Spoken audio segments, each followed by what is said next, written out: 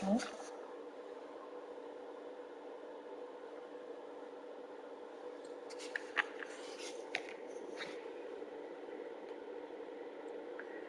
1 second, guys.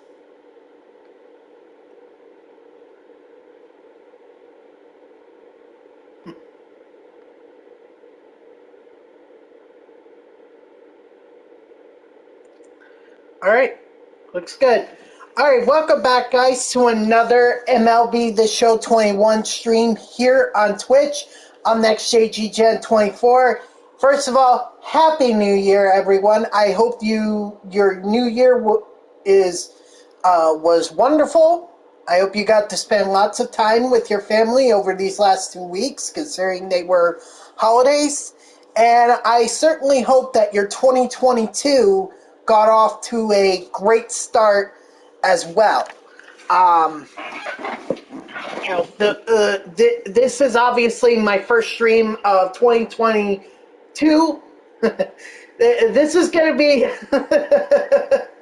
I'm going to do my best not to stumble over myself and not refer to this year as 2021. But it is going to be very difficult considering you spend like 365 days a year saying that this is 2020, or saying the year 2021, and now all of a sudden, boop, we got to go right to 2022. What's up, Shock? Happy New Year to you as well. How are you doing, man? How was your New Year's, and what kind of resolutions do you have today? Or do you have for this year? It's going to be, I have a feeling that this year is going to be a good year. I mean, 2020 was obviously very rough. 2021 wasn't much better. I feel like things are going to be on the up and up. You know what I mean? You know, you got to have this positivity to be able to start out the year. Yes, we're still dealing with a lot of challenges right now, but I really believe that things are going to get better. I really do believe that. So I certainly hope that your year is off to a great start. I mean, after all, we can only go up from losing John Madden and Betty White, right? I mean, how worse could it possibly... Well, no. If I do that, something worse is really going to happen, and then I'm going to have to come on here and say, son of a bitch, I jinxed it. So, anyway, I hope you had a wonderful New Year's, bro. Good to see you. Thank you for stopping in. I'm going to be stopping about... excuse me. I'm going to stop talking about the new year, and we got to get right into this stream, which is obviously our Mets Superfractor team build.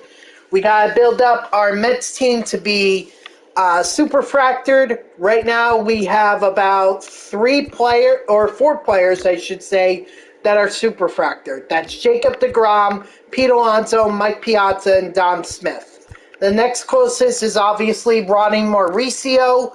Unfortunately, he's going to take a little while because he's only at 5,100 XP, or just over 5,100 XP. And then after that, the next closest is going to be Michael Conforto. So we've got a bit of ways to go with this team. Hopefully, we can make a lot of progress, and we can just have a good stream, you know? So let's get right into it. You guys know yeah, he is. That's exactly. He would be, if he wasn't already Superfractored, he would be my freaking starting first baseman right now. And even at Superfractored, he is even more of a beast than you could possibly imagine. I'm like, for me, that's the 99 Trout that I was waiting for. That's the 99 Ken Griffey Jr. You know, Pete Alonso is my power hitter, and I am super thrilled that I was able to get him up to Superfractor. So it is an insanely great card to have for to have for your Diamond Dynasty team. And honestly, he's not even that much anymore. He's still up in the 30,000s, so he is attainable. It's going to cost you a bit of money, but you know, I don't think it's that big of a deal. Certainly not as big of a deal as it was when he first came out. When he first came out, I mean, you were lucky if you pulled him. You were very, very lucky. You had to have a horseshoe somewhere up your ass in order to get him. And thankfully, after all the home run derby packs that I bought all 5, and I literally get down to my last home run derby pack, and that's where I pull Pete Alonso. Oh my god, dude, I was so freaking thrilled. I still remember it, so it is a great card to have, and if you haven't gotten it already, go get it. It's insanely cheap now. Cheaper than it was when it first came out. And it's still a hell of a card, especially if you could get it up to Super Factor. It's a hell of a card. I also happen to think that Pete Alonso or that Jacob deGrom card, Super Fractored, is a hell of a card too. So is underrated. I would say that Dom Smith card really is underrated. Because Super Fractor, holy crap, dude, he could smash, but he could really smash when he's Super Fractored. And I think that's the point, you know, that's the point of you grinding out all these games, whether it's against the CPU or it's against online players, events, Battle Royale, freaking ranked seasons, whatever it is, it's you grinding out and getting rewarded with cards that are insane. And that's the point. And I'm glad that SDS did this. You know, it made me really want to play this game, knowing that cards like that I could instantly smash with. I mean, I'm all for that. I'm absolutely all for it.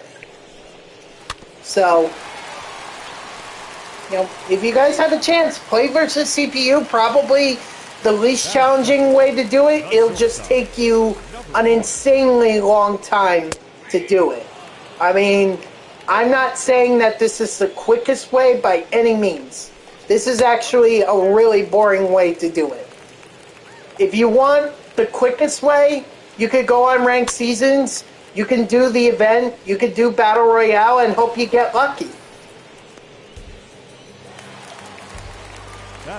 But, you know, personally, J-Tag, what's up? Welcome back, man. Happy New Year.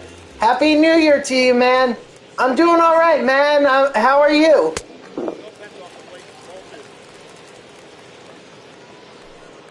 Oh, thank you. I appreciate that. What you been up to lately? I know you've been busy. Hey, I tell people the same thing that I told them when I first started streaming. Life happens. Life happens, and there's nothing you can do about it. So, you know, I totally understand if you're busy. You got a life to live, and you got to live it.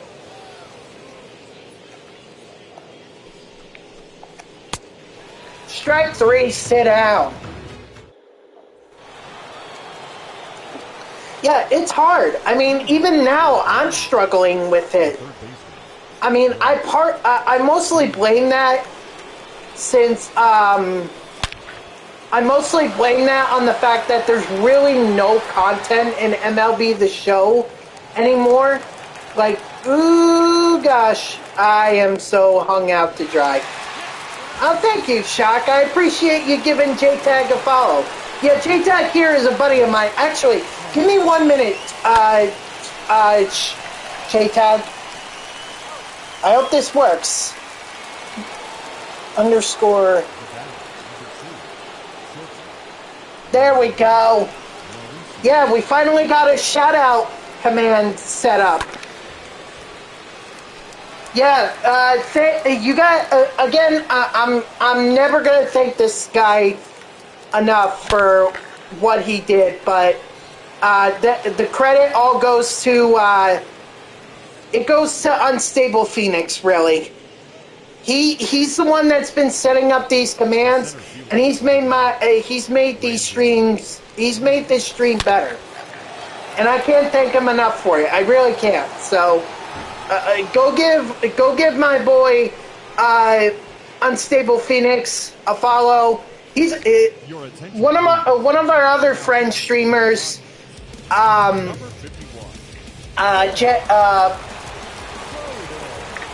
Day and night. Although he said he was going to turn his name back to Curdy Birdie.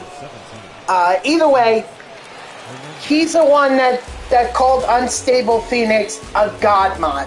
And you know what? I totally agree. Oh, you know what? I'm so sorry, Shock. I didn't do that with you. Oh, that's my bad, dude. No, you deserve it. Hold on. Let me just shout out my boy Secret Shock here. Go give him a follow as well. He mostly streams NHL, which is cool, you know. Oh yeah, absolutely. He's actually trying to get to affiliate right now, JTAG. So any support that you could throw his way, and certainly any support I could throw his way as well, would be very much appreciated. So, Shock, I try to be in your streams, but right now it's kind of crazy for me because I have to go into the office. I have to work, and when I get home, I'm ready to just drop dead on the bed, like I'm going to sleep. So,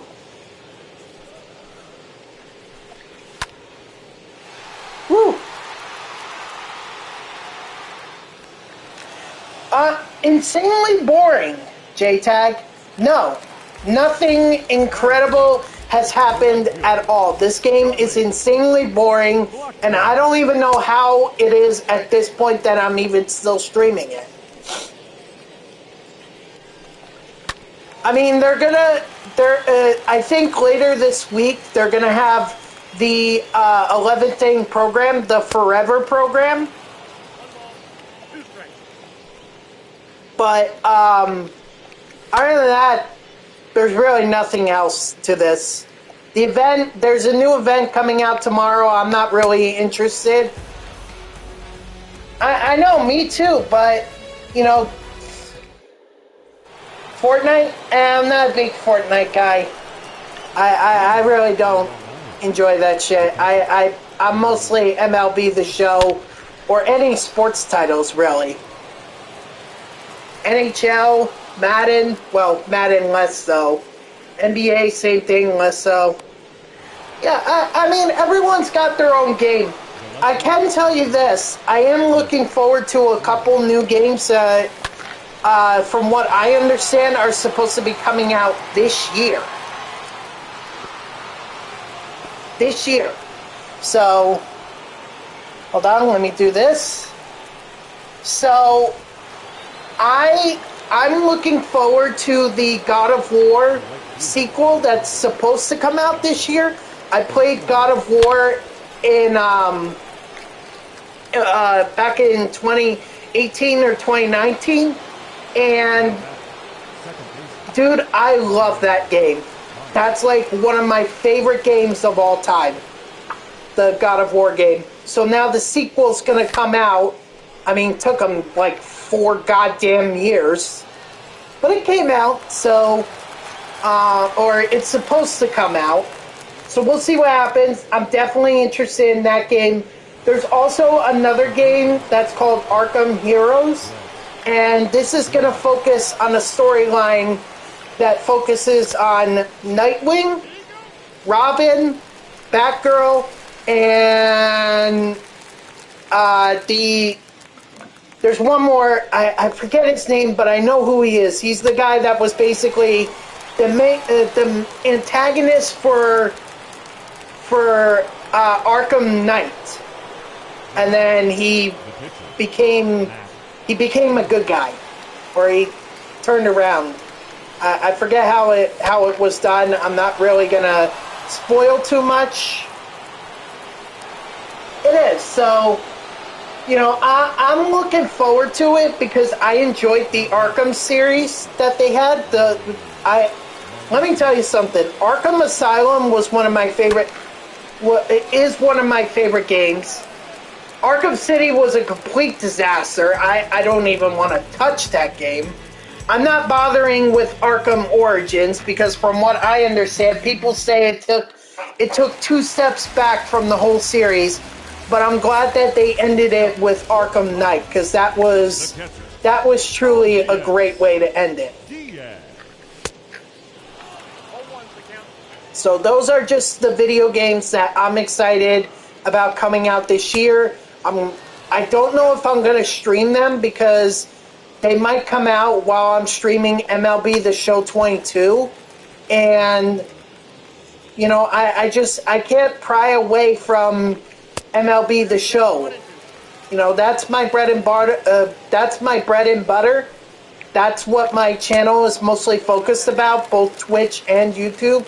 And that's kind of what I want my main focus to be.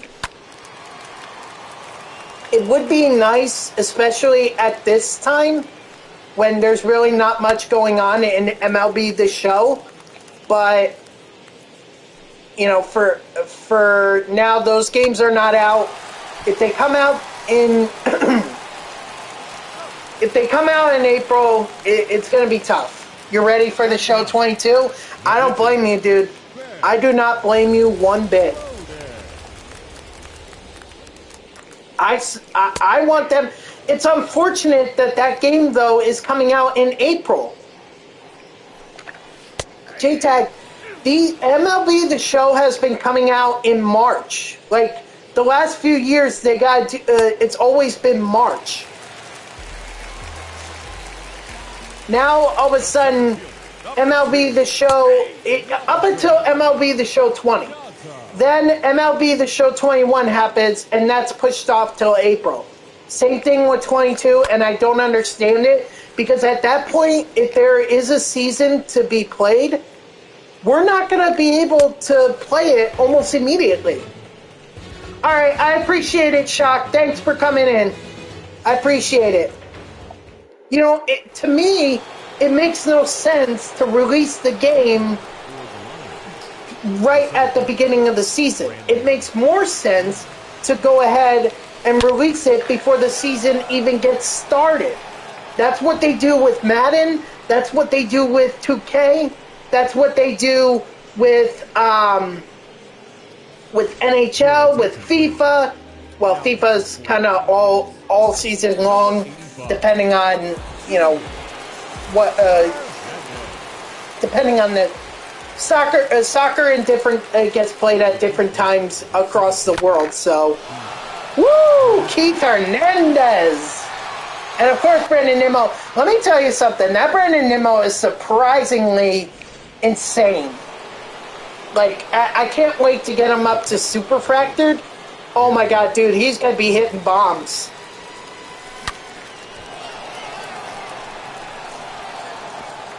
Back to back to back. 3 straight home runs.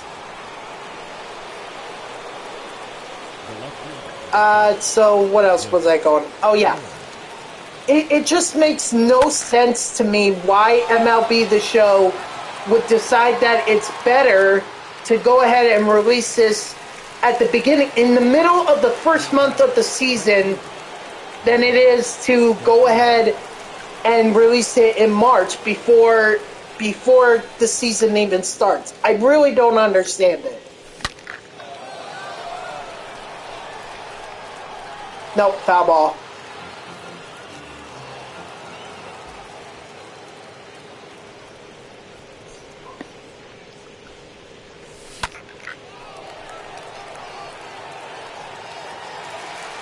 But This is what San Diego Studios has decided on, and I guess we're just going to have to live with that. I mean, it is what it is. So, the good thing, though, with doing, that, though, is it gives me plenty of time to go ahead and work on this Superfractor series. Superfractor, excuse me. That's the good thing.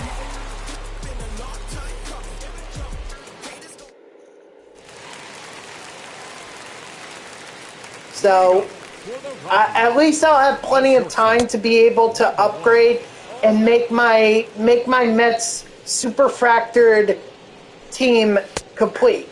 And after I do that, maybe I'll do some ranked seasons games. I think that would be cool if we do ranked seasons with this Mets Superfractored lineup. See how it fares.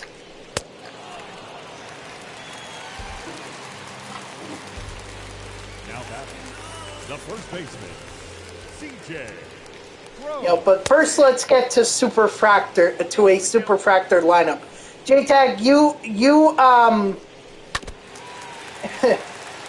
so one of my viewers, actually Unstable Phoenix, was the one who challenged me to a all Superfractored team, or an all Superfractored game.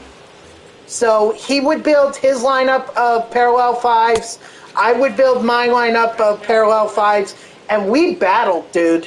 It was an amazing game. Oh, God. Two-seam fastball. He had me, I had him, and then ultimately I just pulled away because freaking Superfractor Trey Turner is just unbelievable. Unbelievable. 2 home runs in that game. I've never hit 2 home runs against an online against a person online at all this year, and probably even last year. I've never done it. So, how is it that Matt Harvey is getting hits? I don't understand that. I really don't. Anyway. So the Superfractor series, I think, is going to become more common as I stream MLB The Show, because I really do want to get this done. I do want to build that all P5 lineup.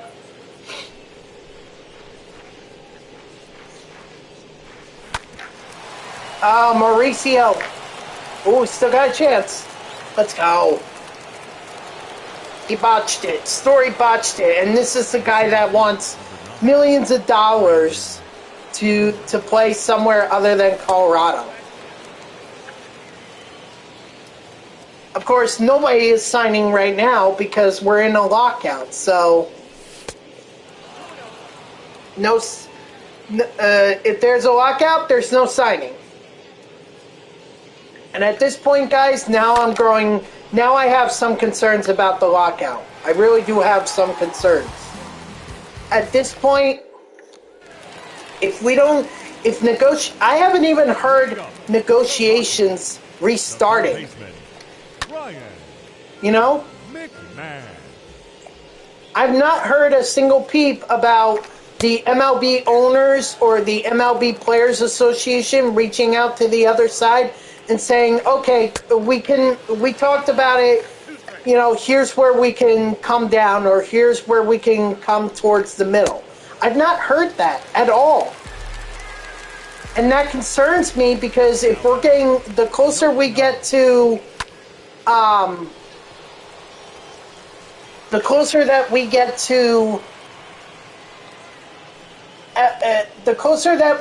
the baseball season, the more likely it is we won't have one.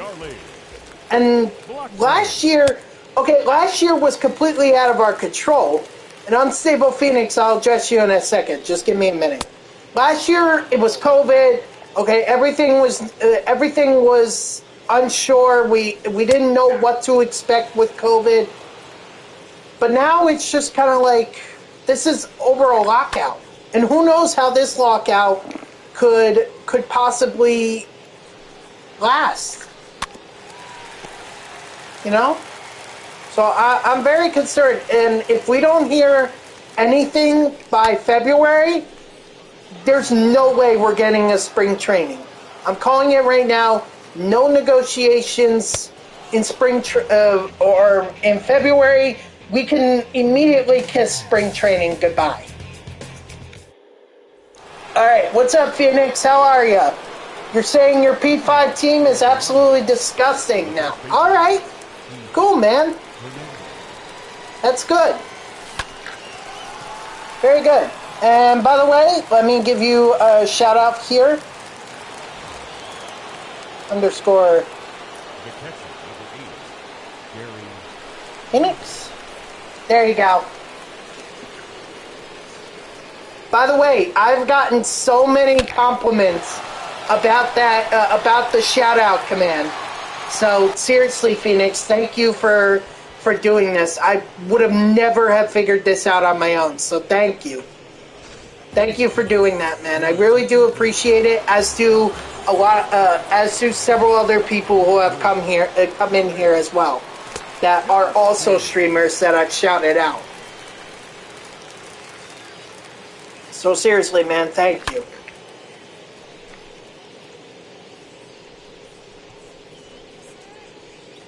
But how you doing tonight, Phoenix? How was your New Year's? Hopefully it was a good one. Let's go, Floyd. Get that triple. Get that triple. Turn those legs. And a boy.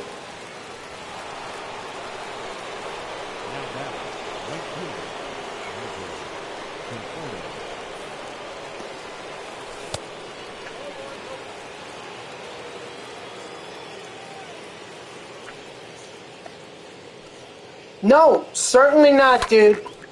Certainly not. That's what I was just telling JTAG earlier. You're a god mod. Curdy B has said it. I'm saying it. And hopefully many other people will say it. Because seriously, dude, what you have done for this is incredible. There aren't any words in the Webster dictionary that could possibly describe how grateful I am to you for what you've done for my channel. So thank you. You know, thank you. And I'm glad you got a good head on your shoulder. D Lovey, what's up? How you doing? Oh, here. Let's go check out D Lovey. Woo, Hobby!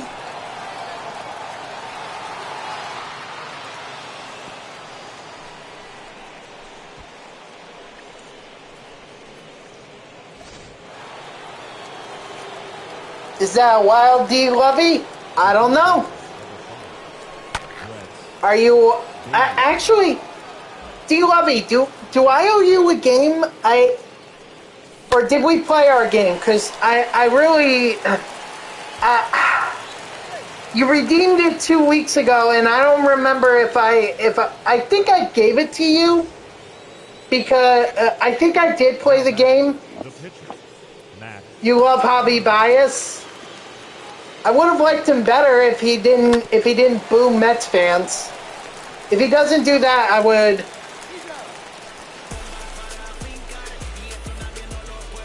Oh, we did play. Okay. I couldn't remember, dude. It's been like a couple weeks since you redeemed it, and I wanted to make sure that I lived up to my commitment. You know, the reason that I put that there for you guys. Yeah, Phoenix, you said you were in quarantine. Did you get COVID?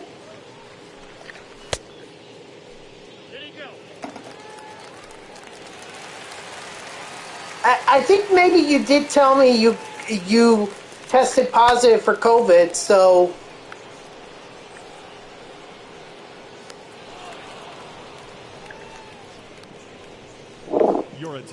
I'm again God, I may have streamed on December 29th, but it really does feel like a century ago since I last streamed. Not my fault, just family decided to go up to Vermont for the weekend, so not that I thought we should have, not that it was a great trip, it was a disaster. I mean, my brother was just, he was not playing ball. He did not want to be up in Vermont, and that much was clear. But, gosh, the way he acted, just...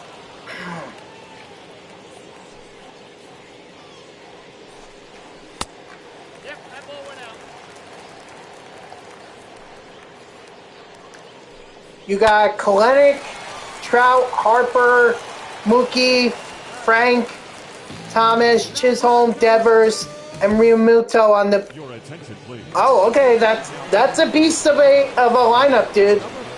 Especially that Trout. Dude, I had my first day of school at... Oh, good, man. How did you enjoy it? Was it good? Was it not good? How was your first day back at school? Having Wander over Yonder, Franco, P5. Oh, boy. Wander? I mean, his lethal weapon is the fact he's a switch hitter, but I thought he was too underwhelming in terms of power for me to go with him when he was a boss. Or an inning boss. That Brennan Nimmo card, holy shit. How many home runs is that for... I was tired and all, but it was okay. Yeah, it takes a bit of an adjustment. Yeah, look at this. Nimmo has had 3 home runs in this game. Holy shit, that card is a freaking beast. I remember coming back from school after Christmas and New Year's and everything. It sucked. It sucked.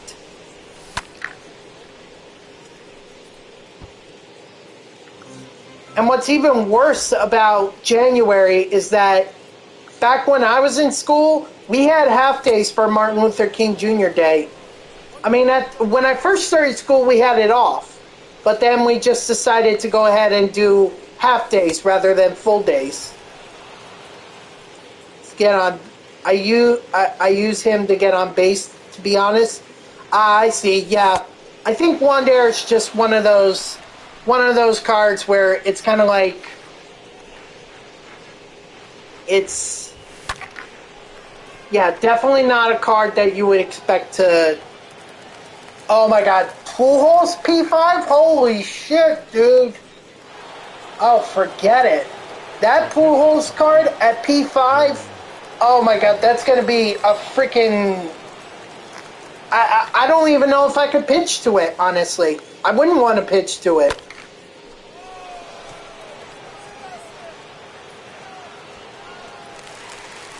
Ladies and gentlemen, leading off for the Rockies, the shortstop, number 1. Cards I would definitely not pitch to in terms of, you know, if they're super fractured.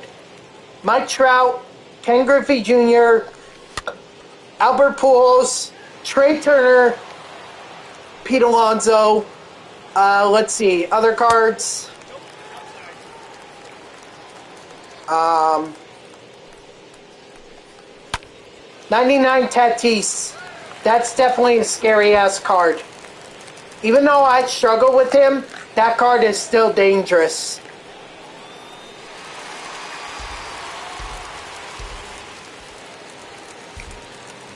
And I'm sure that Corey Seager, 99 Corey Seager, is also very dangerous as well.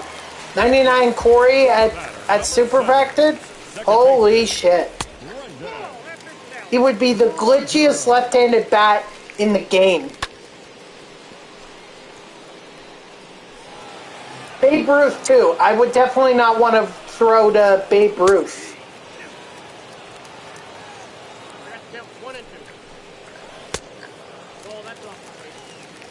so many great cards, and yet some of them I'm like, I struggle with. That Mookie card that you mentioned, that's a card I struggle with. I'm sad to see that this year the 99 Griffey I struggle with. I'm upset that 2 years in a row I'm struggling with the 99 Trout, and I shouldn't be. I know I shouldn't be. It's tough. You know, these cards that are supposed to be really good turn out to be shit. And cards that I didn't expect to be so good, like that 99 Trey or 99 Votto from the monthly awards card, all of a sudden they're great. They're great for me, at least. So, but I hope everyone had a great New Year. You know, I hope you guys also made some New Year's resolutions as well. You know, I was talking when I was up in Vermont. I was talking with my sister about it, and actually, what's funny is that last year, if I could pull this out without throwing a bunch of stuff around, and also wipe up the dust. Oh my gosh! Holy cow! Woo, Conforto! Attaboy. Alright, so last year what I did for New Year's resolutions was I wrote them down, or, well, typed them out on a computer and printed them out. And, you know, I think that's a great way to be able to, you know, make sure that you keep your resolutions, you know. Oh yeah, thank you, Phoenix. I appreciate it. I actually forgot about it. Forgot to do that for Conforto's bomb. Come on, get over his head. Ha. Excuse me. So, you know, and I look at why raise that apple, because I used to say that when Pete Alonso hit his home run, or hit a home run for me, because obviously being a Mets fan, you know, the home run apple would rise every time a home run was hit at Citi Field for the Mets. So I was like, raise that apple. Leading up for the Rockies, the left field. It's I look at it as my home run call, and that's what I want for the home run call. So I didn't mind what you initially put, but I wanted it to have my own personality into it. Even if it's not that significant, like the raise that apple, I get it's not going to be on some merchandise. It's not going to be something that's going to be in a video game at some point, but it's mine. And ultimately, I want that to be what people, or ultimately, I want it to be something that makes sense to who I am as a streamer and as a Mets and baseball fan. Just seemed weird. I get that. If I don't explain it, that's why it's probably confusing to a lot of people. But again, it's just my own personality. It's my home run call, and it's something that I enjoy.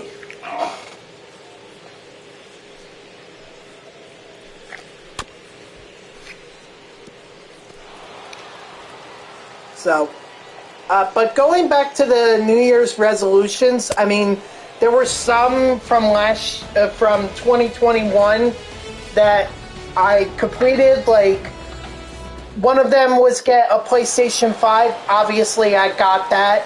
I completed that New Year's resolution. I attended a Mets game. Actually, I attended 3 this year, or in 2021. I attended 3. I was looking for an old NCAA football video game for PlayStation 3, and I ended up finding it, so, that was one of my goals.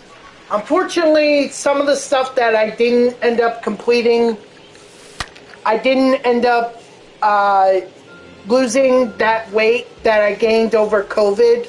I wanted to go back to the gym. I still want to go back to the gym. But I can't do it at work because they're not opening up the gym and they're not asking me to come back into work. So I'm waiting on my sister to give me an update as to whether or not she's going to have a gym membership. And if she does that include a guest pass so that I can go with her? And that way, I can work out without having to pay for it. I'm cheap like that, but don't blame me. And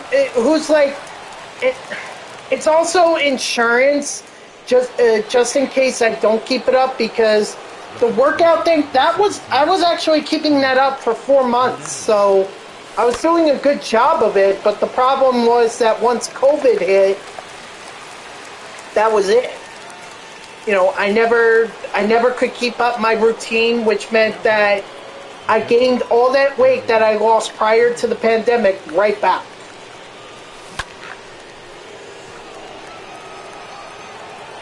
And it sucks. It really does, because I was so proud of the fact that I lost 16 pounds.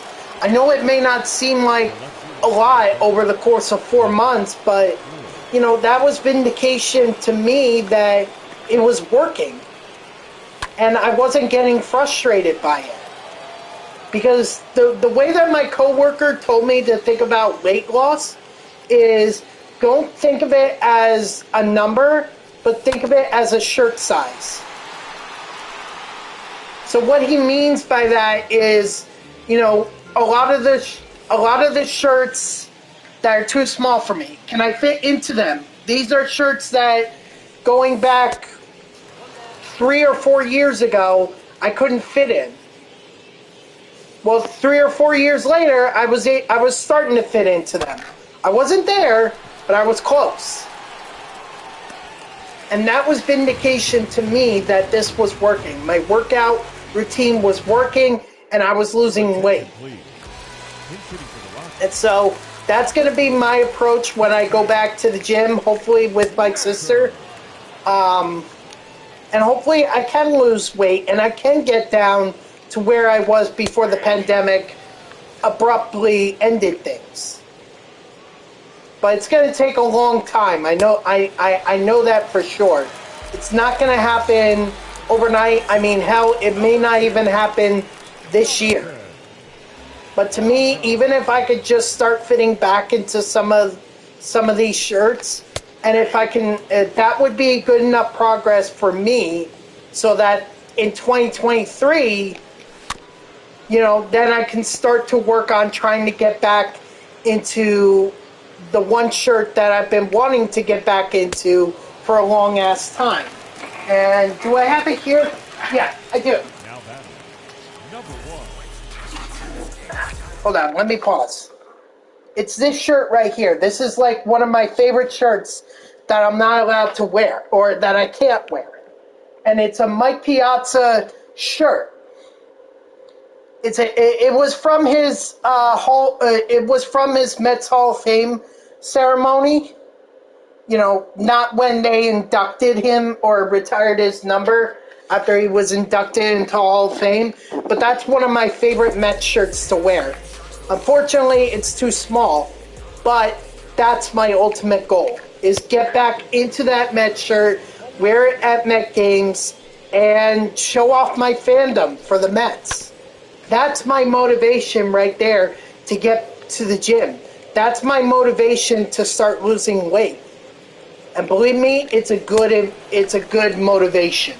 Strike 3, sit down, ball game. Matt Harvey taking the W. So we'll see how it goes. I just hope that I can continue. I can get back on my routine. I can get back to my I can get back to losing weight and doing all that stuff. So we'll see how it goes. We'll see. But now, how about we open up some packs? Of course, man. Of course, I appreciate your I appreciate your support, Phoenix. Of course, I'm gonna stay motivated. I want to wear that shirt. I really do. People are, people would think, oh, he's probably gonna go back to his old habits. Listen, this is the other thing that I got wrong about working out, okay? It's important to eat healthy, and it's important not to, like, have fast food twice or 3 times a week. Not that I'm saying I did that. I'm just saying, like, as an example, it's very important to eat healthy. But some people think that in order to lose weight, all they have to eat is vegetables. Vegetables, fruits. And that's what people get wrong. No one said that you had to you had to become a vegetarian and you couldn't eat meat. Here's the thing, guys. We need meat for protein. Okay? We need meat. It's part of that food pyramid that we learned back in middle school and everything. It's all important. Okay? We just can't have too much. We can't have too much of it. That's what people get wrong. Just like we can't have too much of fruits or vegetables. It doesn't do our bodies good. We need to have a balance. So, yes, we should have some fruits. Yes, we should have some veggies. But we should have meat. We should have grain. We should have dairy. We should have a little of sweets. A little. Because that's really... There's a reason why it's at the top of a pyramid, There's a reason. It's the smallest point on a pyramid. Smallest point. Because the idea is that you don't eat too much of that. You eat too much of that, guess what? That's where all your body weight is coming from. So, the idea is not to force myself to starve. No. The idea is just to make sure what I eat is balanced at the same time that I don't eat too much of it. My coworker was telling me I can have a cheat day, and that's what Saturday is for me. That's my cheat day, because that's when my family and we go to Taco Bell, because my brother loves Taco Bell. But that's my cheat day. For 4 months, I actually gave up McDonald's. If you had told me when I was 10 years old or whatever that I would go 4 months without even eating McDonald's, I would have said you were absolutely crazy. But my point is that I was able to do that because I stuck to the routine that I had for working out, which was Monday, Wednesday, through and Friday. So you don't have to go every day. That's another misconception that everyone gets, is that you have to go every single day to the gym. No. You don't have to. Go with what you feel is comfortable. If you're comfortable going once or twice a week, fine. If you're comfortable going more, good. If you could go 4 times a week, you're an absolute beast at that point. But whatever you guys are comfortable with, that's what you should be doing to the gym. Or that's how many times you should be going to the gym. You shouldn't be forcing yourself there if you're not comfortable with it. Leading off right? for the Lions, the shortstop, Ronnie. And another misconception that I had when I was working out, again, that whole number thing, there's a reason why it's bullshit. Because when you're working out, you're not just losing weight, you're building up muscle in your body as well. Because that muscle has to replace the fat that's in your body. It has to. So, and muscle is actually a lot heavier than fat is. So while it may not seem like that you're losing weight based on a scale, the truth is, and this is why my coworker told me focus on shirt size.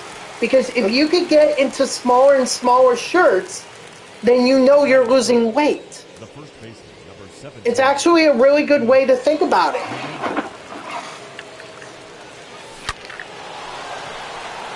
And that's why I've been motivated to get into that shirt, because to me, that's the ultimate vindication that this workout is working, or my workout routine works. So do not focus on numbers. I mean, obviously pay attention to the numbers, but don't be like, I'm not losing weight, so, therefore this workout thing is pointless. No, you are losing weight, you're just replacing it with muscle. And that's not necessarily a bad thing. You're building up muscle for your body means that you're getting stronger. It's really a good thing to build up muscle than it is to build up fat. So, if you are going to work out, because I know a lot of people make it their New Year's resolutions, my advice, don't focus on numbers, or don't go crazy over numbers, I really should say. Don't go crazy on numbers. Focus on trying to fit into a shirt that maybe you like, or one that you can't wear, and use that as your motivation. Batting 7. The second baseman, Javier Baez. So that's my best advice. And also, just one other thing with working out. Don't try to push yourself so hard on day one. Okay, this is another piece of advice my coworker was telling me. He told me that if you try to push yourself on day one, and your body can't live up to that because it's going to be so exhausted from you pushing it for so hard, you're going to get frustrated by that, and you're not going to want to continue working out. So ease into it. If you have to just walk on a treadmill, just walk on a treadmill for 20 minutes. That's what I did. I also worked 20 minutes on an elliptical. The center fielder. And then I did either arms, I did legs, or I did core. So, or well, not core so much, but Friday was like probably the hardest day of my workout, because I would do chin-ups with the machine that had the assist as well. So I'm not saying I'm strong, but at least I could do it. And then dips as well on the same machine. The whole put your arms back and try to, do dips. That kind of thing. So that was definitely my hardest day, but I knew if I could get through that, then I could get through a workout. So just ease into it. Ease into it, and then when you start feeling like it's too easy, go up. Put more weight on your arm day or on your leg day. Maybe up the speed on the treadmill. So now you're not walking or you're walking to a point, but now you have to walk a little faster. Ultimately, to the point where you can jog, and then you can run, and you can do it all without getting tired. Well, I mean, you're going to get tired, but limit the amount of times that you take breaks while you're running on a treadmill. I never got to that point because unfortunately my back is just, it's not good. You know, and I've had a chiropractor look at it and she advised me not to put so much pressure on it. So unfortunately, I don't know if I could ever get to the point where I can run on a treadmill. But with that being said, I'm still going to walk. I'm still going to walk fast. And then maybe I'll get up to jogging, but we'll see what happens. But that's but ultimately, guys, my point is here that we just you have to ease into the workout. Start out easy, then make it harder. Think of it as like a video game. Alright? Level 1. That's the easiest game or easiest level in the game. They're not looking to hit you with the hardest team or the hardest boss on level 1. They're not trying to do that. So think of your workouts the same way. You start out easy, then you get then it gets progressively harder. You know, maybe 1 week, maybe you do 20 minutes on the elliptical at 2 speed. The next, let's do 2.1, 2.2, and so on and so forth. Your attention, please. Now, until you get up to that point where you're,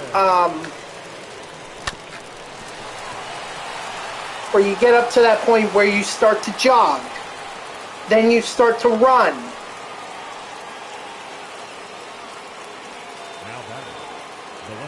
Even on the elliptical, you know, maybe you don't start out with so much resistance, but then you add more and more and more resistance, because that ultimately builds up muscle in your legs and your feet. So, yep, that's my advice for workout routine, and I believe this works because I lost 16 pounds before COVID, and I was starting to fit into that shirt that I showed you guys earlier. And that's all the motivation that I need to get back to working out. Now I just hope my sister follows through. I mean, if she doesn't follow through, then I'll go out on my own and I'll do it. And I'll get my own gym membership. And I'll work out on my own. I know what it is that I need to do to be able to lose weight. So I'll do it. I'm just hoping that I don't have to spend money on it.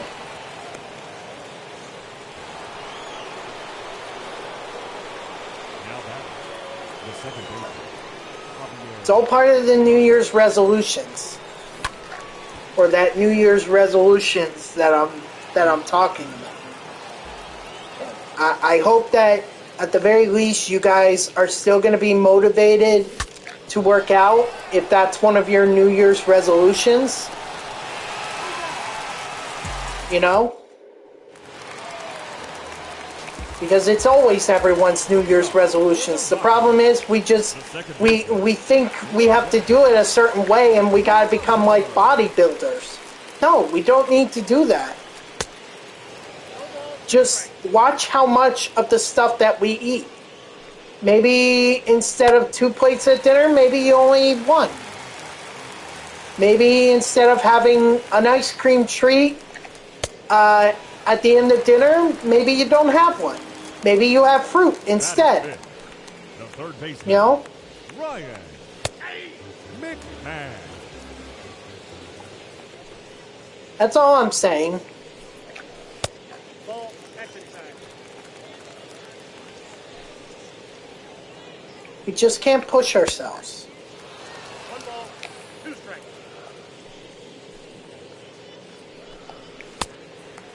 We gotta stay motivated. If we really do wanna lose weight, we have to stay motivated. You know, find what it is that motivates you to lose weight. Is it that you want to live a long time and you want to be part of your children's lives? Is it that you're doing it for a woman that you believe, or a man that you really want to impress? You know, is it that you want to shut someone up who keeps making fun of how big you are? Batting seven. The right Just fielder, find your motivation and let that be the driving force for you. Let that be the reason that you go to the gym multiple every week.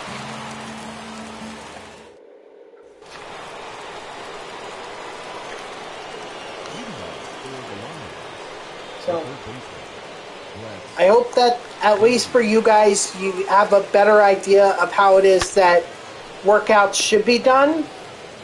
Again, I believe this works because when I was working out, I lost 16 pounds and I was feeling motivated. I was preparing for 2020. I thought I was going to go to a Mets game and I was going to be wearing my Mike Piazza shirt, and then all of a sudden COVID hit.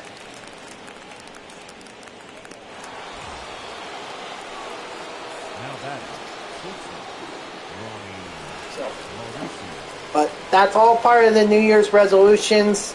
And it's the same one. That's one that I'm carrying over from 2021 into 20. Obviously, with 2022, I modified it to not have such high expectations, but rather just start losing weight and get back to a routine. That's what my New Year's resolution is. At least for working out. In terms of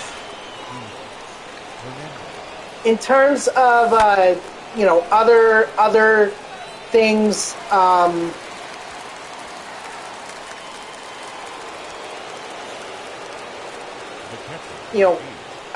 I'll use Twitch and YouTube are definitely part of my New Year's resolutions as well, guys. I've been so surprised that since streaming MLB The Show 20, how much my channel has grown. I mean, guys, I've gained over 200 followers in this fourth attempt at streaming. I thought it would just be like the first 3 attempts where I couldn't stick to anything and I was not really motivated to do it, and therefore it just fell by the wayside. But you guys are my ultimate motivation for continuing streaming. I'm doing this because I know that you guys find this entertaining to an extent. Whether that's playing me and making me look bad, or making me choke coke. Batting ninth. The pitcher. Or forcing me to go on a rant about why my Jets team sucks. They always suck. But you guys are my motivation why I want to keep streaming. Why I want to keep streaming MLB The Show. I'd be playing this game whether I was streaming it or not. But you guys are ultimately motivating me to stream.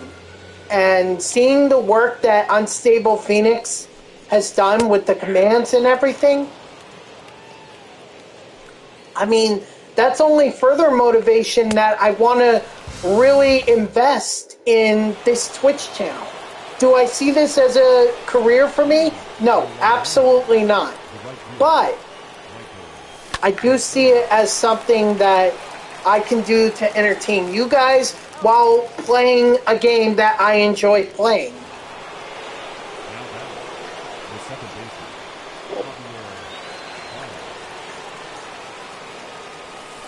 So, in terms of Twitch and YouTube,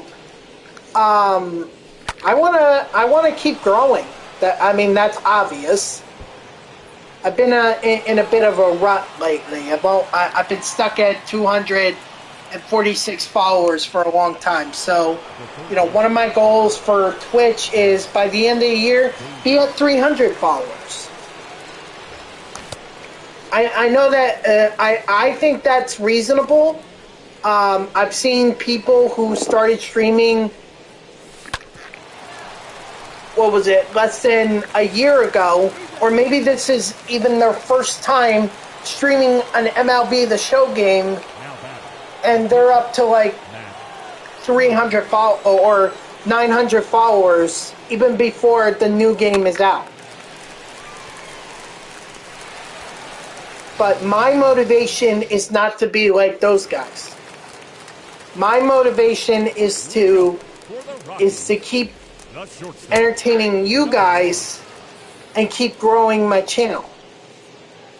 So as long as I'm doing that, then I'll consider that a success. If I could get to 300 followers by the end of 2022, I'll be happy with that, guys. I really will be. 2 balls, 2 strikes. If we blow past it, that's phenomenal.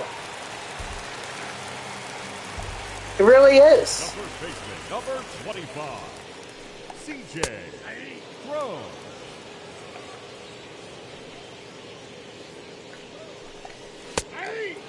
But ultimately, I just want to get to 300.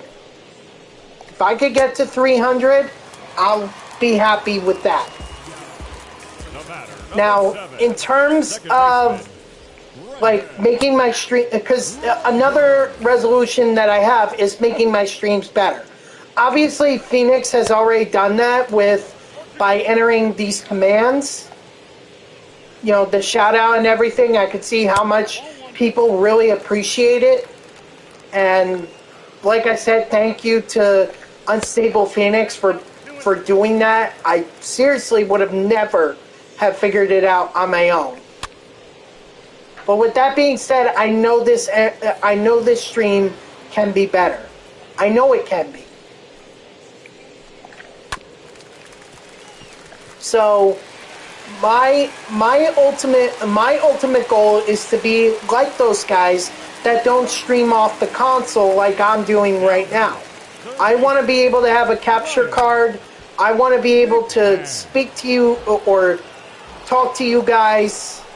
I talk to you guys, but do it that's more in a way that's more presentable. I really want to update my logo because a picture of me in a Mets hat at Yankee Stadium is really doing it.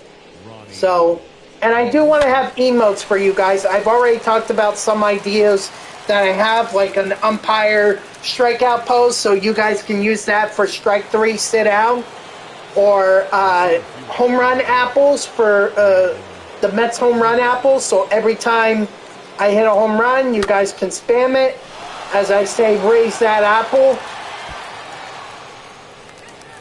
Maybe like a Coke cap or something Coke related.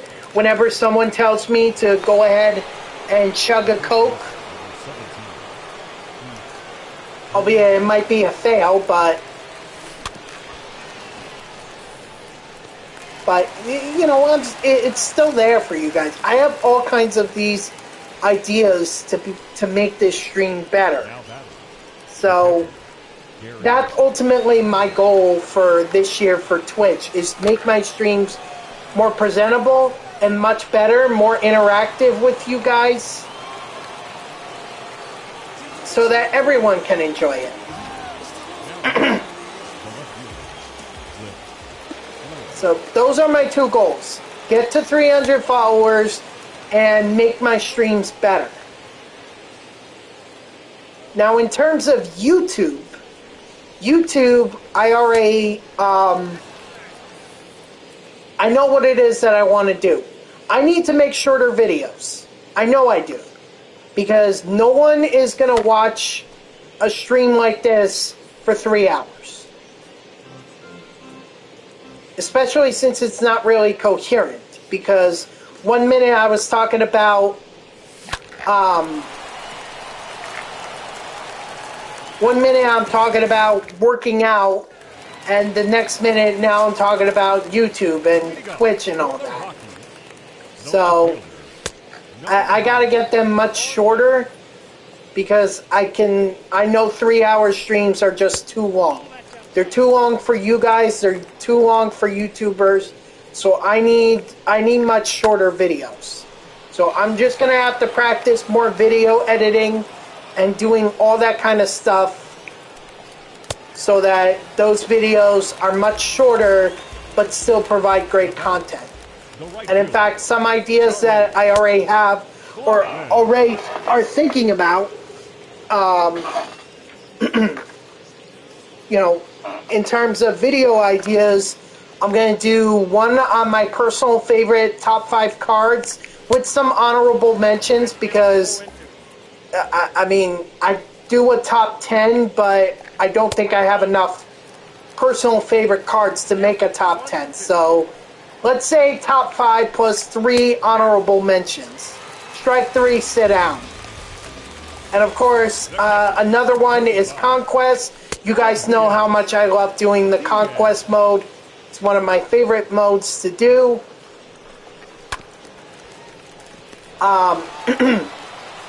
So Conquest tips video, that's what I want to do. I also want to do like a making stubs video, because I think a lot of people don't understand how it is that we're supposed to make stubs. And you guys have seen me, I'm up over 1 million stubs. So I could literally buy Trout again if I wanted to. I could buy any of the ranked seasons rewards if I wanted to.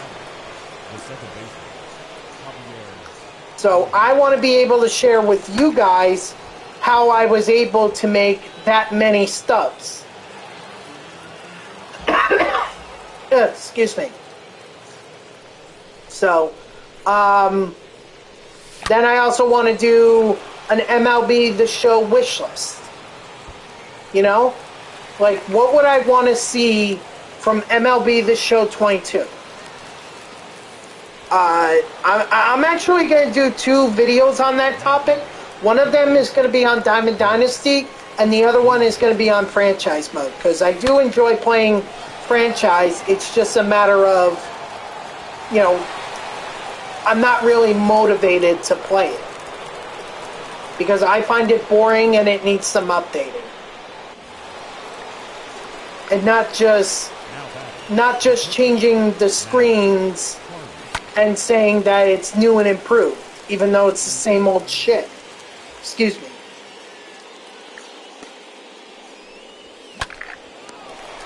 So, those are some ideas that I have. You know, I'm thinking about doing like an MLB The Show top list. So, you know, I explain what are some of my favorite MLB The Show games. I've been playing since 15, so I can tell you guys what it is that I enjoy, or what games I enjoy since MLB The Show 15, or MLB 15 The Show. That being said, I'm not including older video games, like I'm not going to include MLB 07 The Show, or any of those games. I'm not going to include them because I'd rather focus more on the MLB The Show games that came out on PS4 and beyond.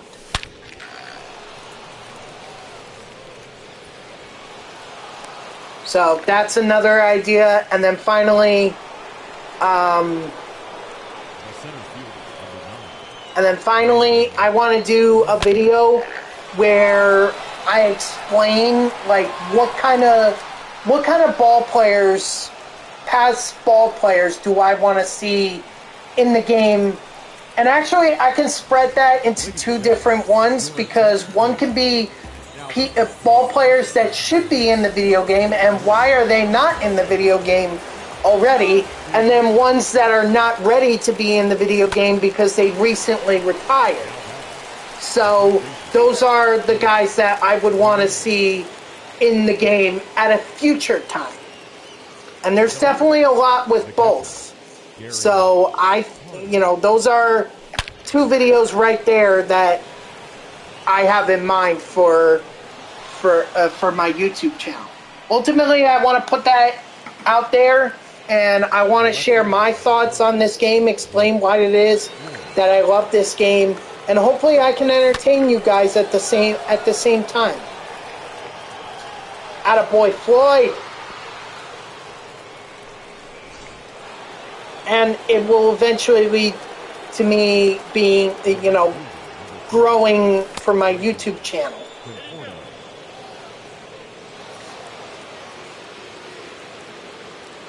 So that's just my ideas in terms of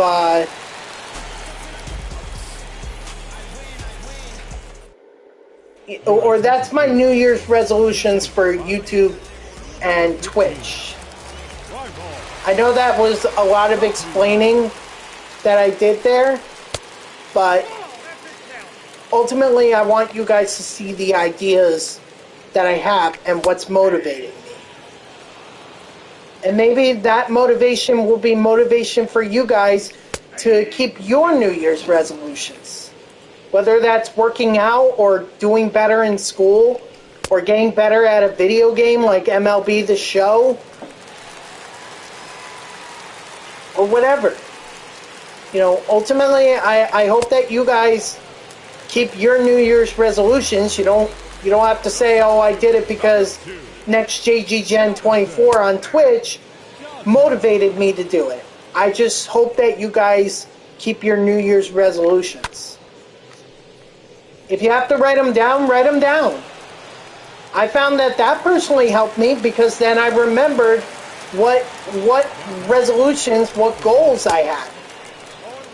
I didn't have to go back and say, wait, did I say that I wanted to get this video game or that video game? Did I want to attend a Mets game? Did I want to attend some other sporting event? All that stuff. Rather, I just type it up and it's there on a Word document. I print it out and I cross it out as it happens. So if you need to write it down, write it down.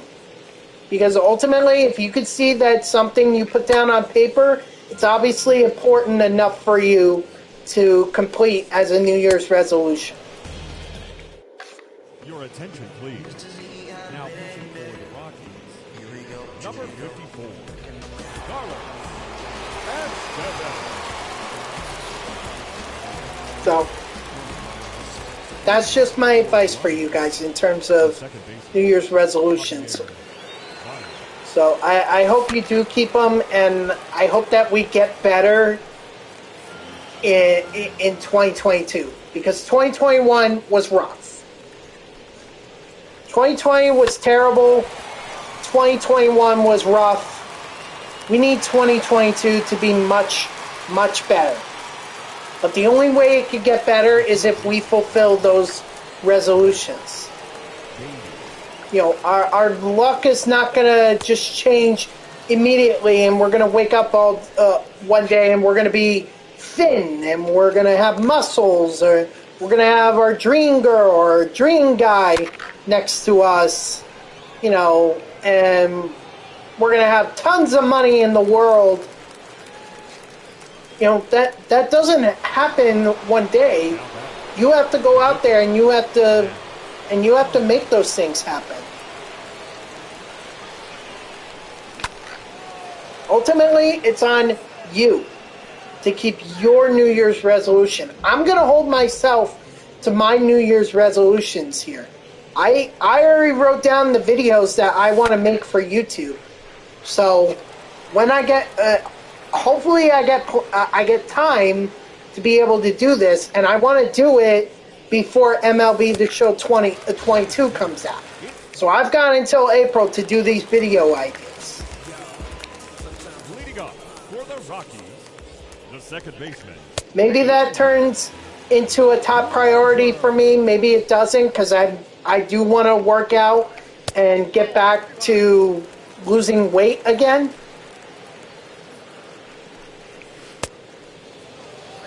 So it's all about balance, and I'll write this stuff down, and I'll have my New Year's resolutions on a list, and I'll try to hold myself to it.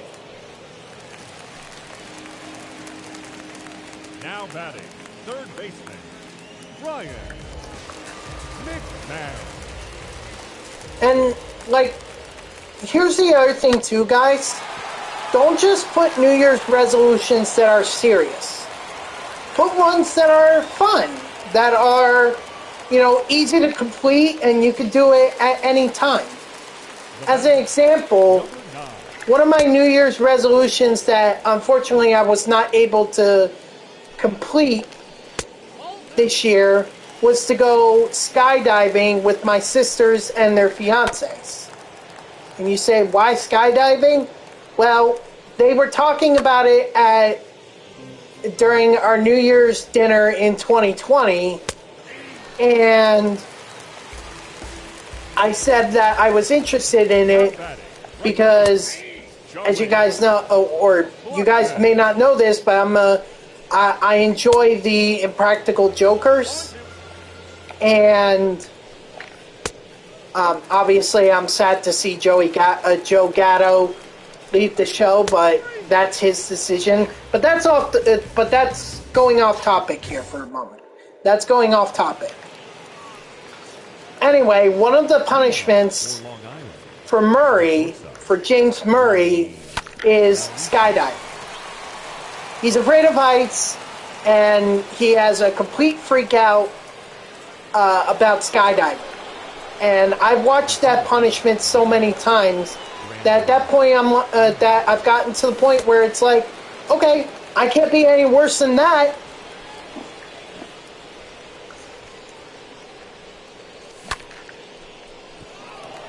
Really can't be. So, but that's just fun stuff. Unfortunately, we were not able to complete it. We weren't able to do it in 2021. But it's just something fun that could be easily completed. And that just makes resolutions a little more fun. If they were all serious, we would never complete them in time.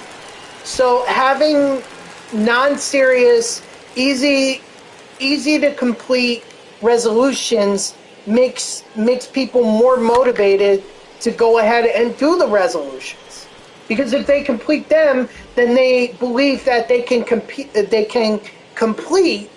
the New Year's resolutions that might be more tougher or take much longer to complete. So I hope you guys understand what it is that I'm trying to say here is,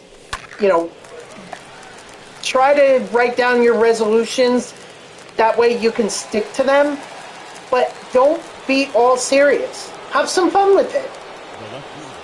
Maybe you want to go, I don't know, maybe you want to go to an amusement park. Maybe you want to watch a show that everyone's talking about. Maybe you want to sign up for a cooking class.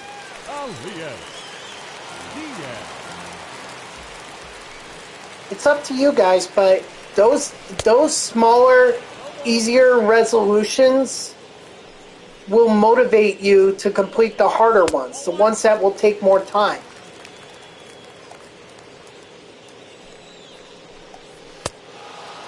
Strike 3, sit down. So, I'm glad I was able to talk to you about resolutions and everything, because I really do think they are important. They ultimately make it, they make us better as human beings. they make us better. So we need to hold ourselves to those resolutions. We really do. And the more that we do that, the better off we're going to be. Now batting. Mentally, physically, Jonathan Daza. all those good things.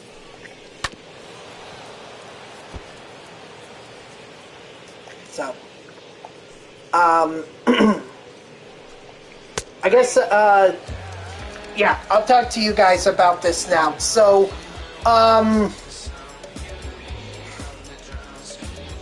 much like the last couple of weeks, Number 63. my work schedule is weird. It is very, very weird, to say the least. Unfortunately, this week I find myself working 3 overnight shifts. One is a hybrid. One's a 12-hour hybrid shift that I have to do on Saturday night going into Sunday morning. Oh, by the way, I'm not going to have much time for Sunday because Monday morning I'm back to work. But I digress. So,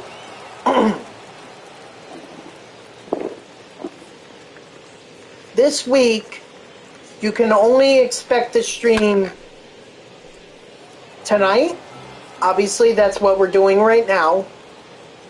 Tomorrow night and Wednesday night. There will not be a stream on Thursday night, and there will not be a stream on Friday night. I'm sorry to disappoint you guys with that, but unfortunately, life happens, and my work schedule is really, really weird. So once it becomes not weird, you can expect me to go back to streaming 5 days a week for 3 hours each day, The shortstop. playing this game Number 1. that I've already complained doesn't have any content for me to stream, and even question as to why I'm streaming this. Throw. You know, we need new content. We really do. Oh, that's out.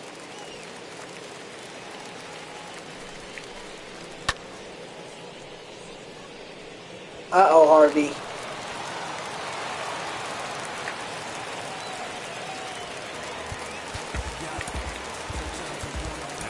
Let's get Familia up and warming. So I really do hate to disappoint you guys. You know, I want to be consistent, but unfortunately work is not making that happen right now. So, but with that being said, I am gonna find out, guys, what my work schedule is going to be like in the long term. So maybe you guys have heard me talk about this before, but I've explained that the reason that I haven't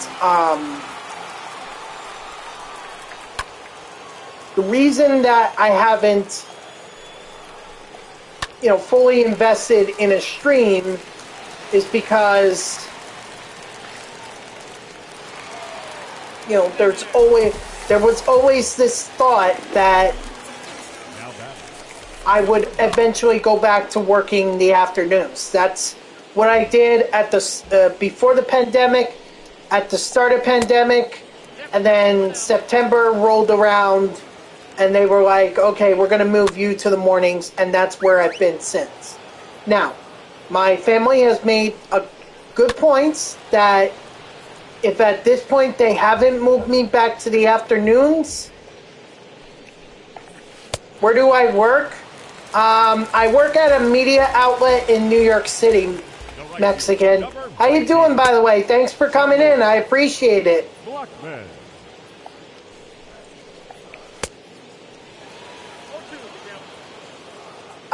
What's the, it's a curveball? No, they're not looking. It's a changeup. My bad. Changeup. There we go. Strike three. Sit down. Harvey gets out of here with only 1 run. So no complete game shutout for him. But still a quality start, I believe.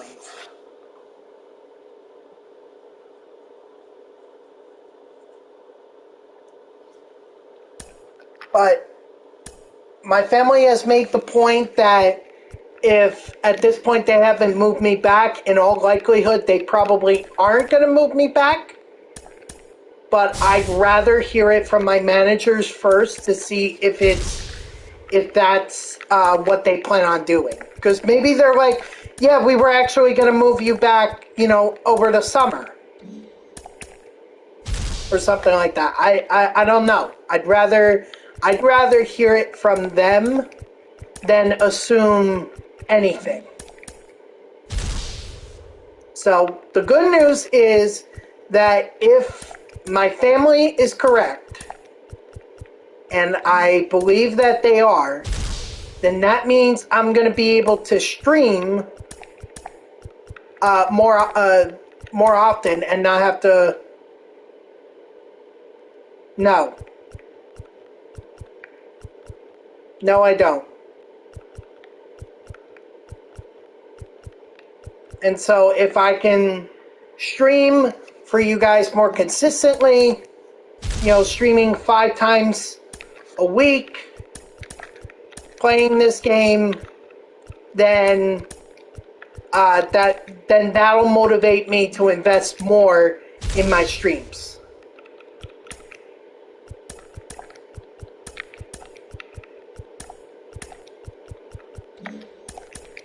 So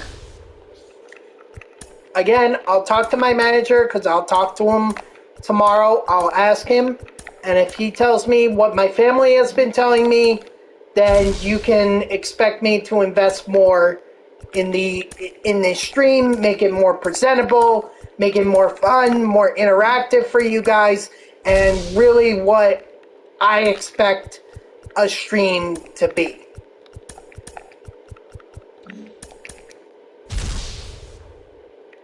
I should have asked him today, but there was another question in my mind. I live in New Jersey. Obviously close enough in New Jersey to commute to New York City.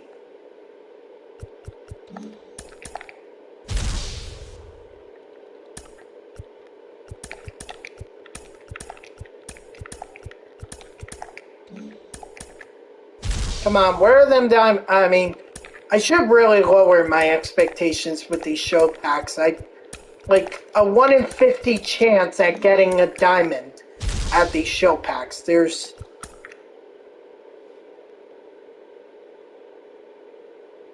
we go. Yep.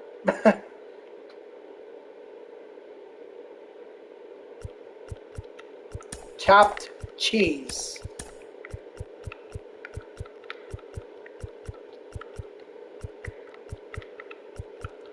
If you are referring to like cutting cheese, I have actually worked in a pizzeria before, and I would cut cheese for them. And apparently it was good cheese because I had a lot of people order pizzas, so it was good cheese to cut.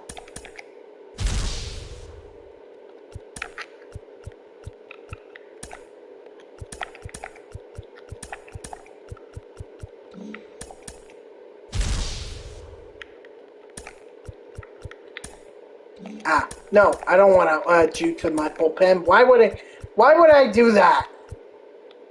59 overall. Yeah, right. No, I'm the youngest, actually. I'm the youngest in my family. Out of 4 children.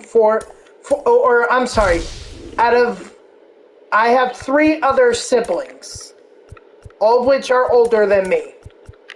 As evident by the fact that I said that I was the youngest, the youngest out of my entire family. I'm in my mid-20s.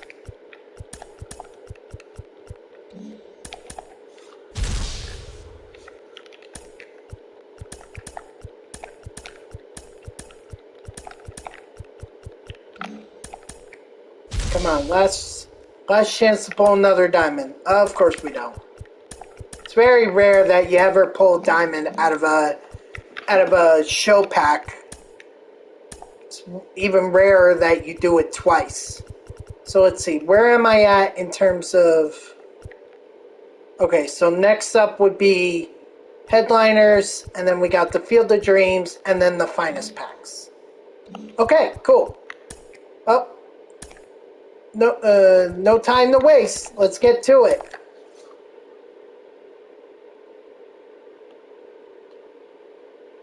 What is this?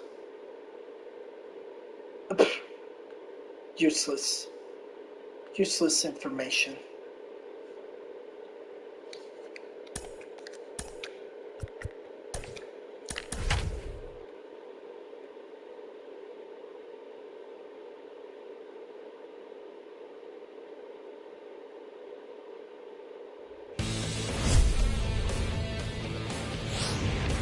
Alright, let's do this. Where are we at? Game 3? This? Game 3? Holy shit. Actually, I forgot to mention that one of my other New Year's resolutions for streaming is to curse a lot less. Because apparently, I've been told, favorite rappers? I like a few of Eminem's songs. Batting second, the center fielder, number 9, Brandon. Hold on. Let's see. Batting third, the first Let's baseman, see. number 17, Keith.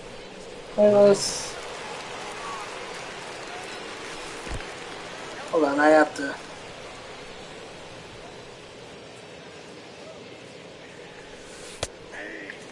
Okay. I can look at that when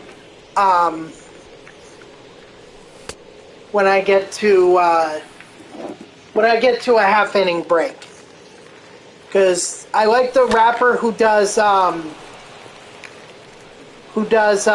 the above, because that's one of my favorite songs. I saw that song. The first time I listened to it was a montage of Kobe Bryant's career, and so, you know, every time I think of that song, I'm always thinking of Kobe. Not that he was my favorite player or anything, but I have a lot of respect for Kobe.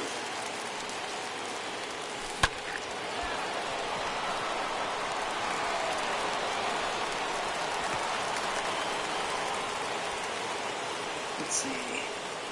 Batting fifth, the left fielder, number 4, Mano. Cliff. It's Mano. So Mano's pretty good. I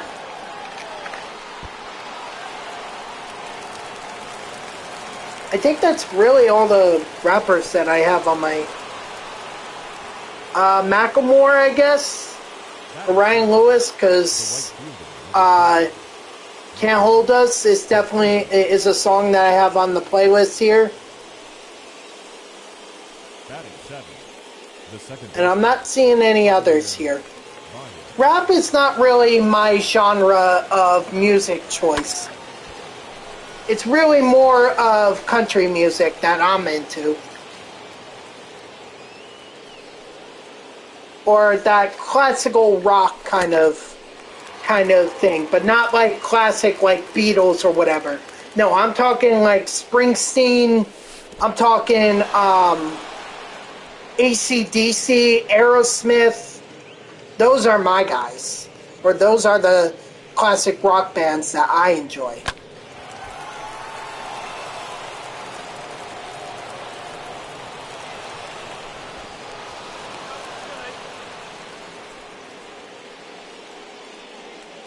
Batting eighth, the third baseman, number 5, Brett Baty. What are some of your favorite music artists or bands Mexican? What are some of yours?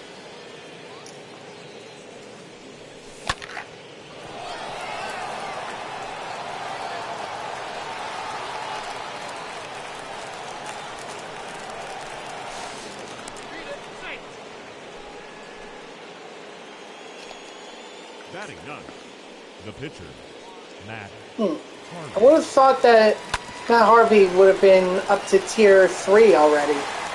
But I guess not. I guess he needs one more start. Leading off I don't know. for the Rockies, the center Hopefully field, we can get him up to tier 3. I need 1-1's the count. another one there other than just Michael Conforto, you know? I've only got one tier 4 with this Mets team build, and it's Ronnie Mauricio. the shortstop, number 1. I'm not even close to anyone else being super fractured. 1-1. But I'm willing to play, I'm willing to grind this out, and I'm willing to build up this team. I'm just not willing to go online and get aggravated.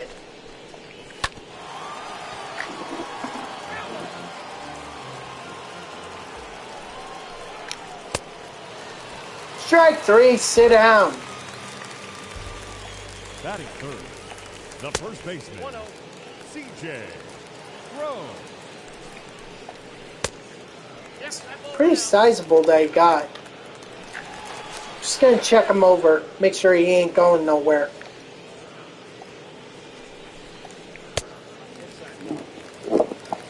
Spot your pitch, Harvey. Come on.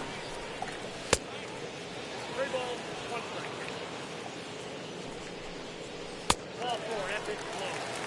Oh, that was right on the black. Come on. The second baseman, Bullshit. Excuse me. Roger.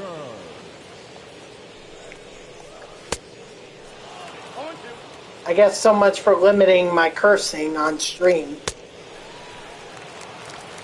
Strike 3, sit down. Batting fifth, the third baseman, Ryan 0-1's the count. McMahon. Actually, by this point, I would have probably said the F word or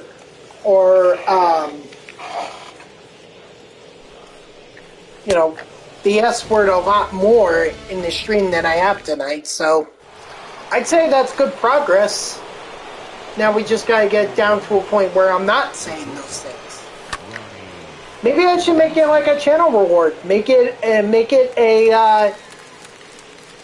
no cursing challenge.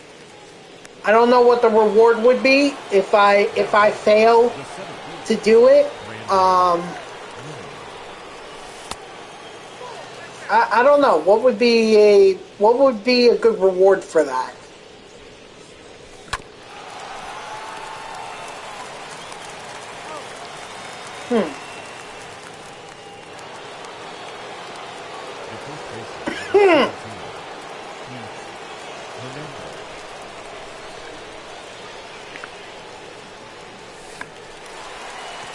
Oh, Keith.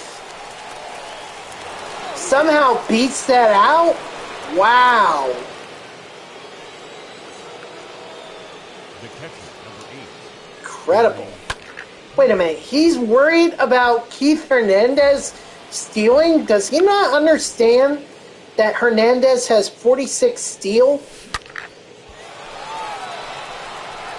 Well, I guess he shouldn't have been so worried about Hernandez, because maybe he would have gotten Carter to get out or even hit into a double play. Your attention, please. Fool. Now pitching for the Rockies, number 51, Ben Bowden.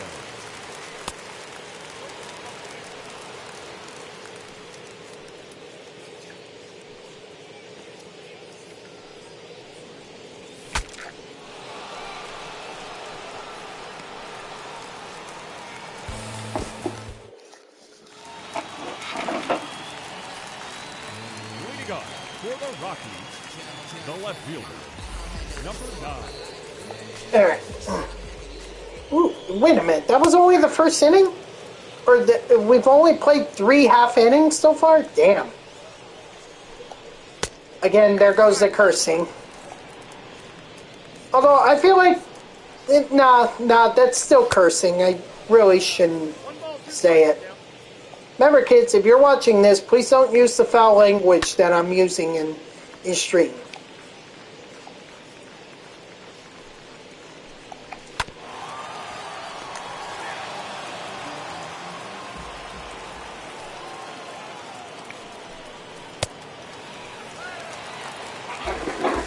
Strike 3, sit down. Batting 7. The right fielder, Charlie Blackman. You know what was... You guys would probably think I'm crazy for this, but for a long time, like, we're talking I got to count 1 inch. past November, probably should be the last month that there's an air conditioning unit in your window. November should probably be the last month. You could get away with October maybe, but by November you should probably get that out of your window. Not me. I literally had the AC unit in my window for up until today, really. And I woke up this morning and holy heck, it was freezing. I thought I was in a freaking freezer. Or I was in Antarctica. I was like, my God. I'm shivering like crazy. It was cold. And then and that was early this morning. I get back this afternoon. It's still cold.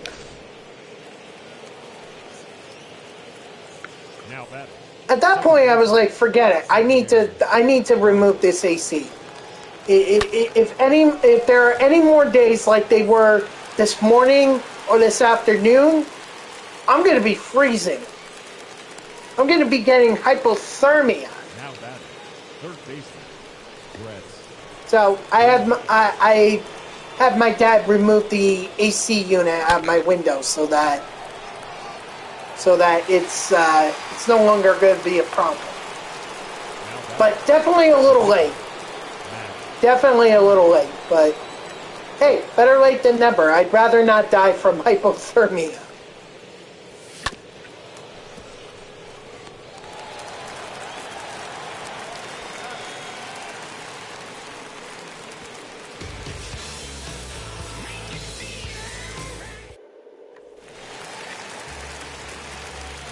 It's just like, it was so crazy how cold it was. I was...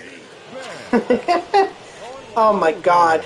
I don't even know how I managed to survive with how long I kept it in there. Like I said, November's probably the latest that you want to get that AC unit out of your window. Because November was actually early November was the first cold day that we had up where I live. I remember because I was like doing... I actually put my heater on the max settings, nearly blew out my power trying to heat the room up.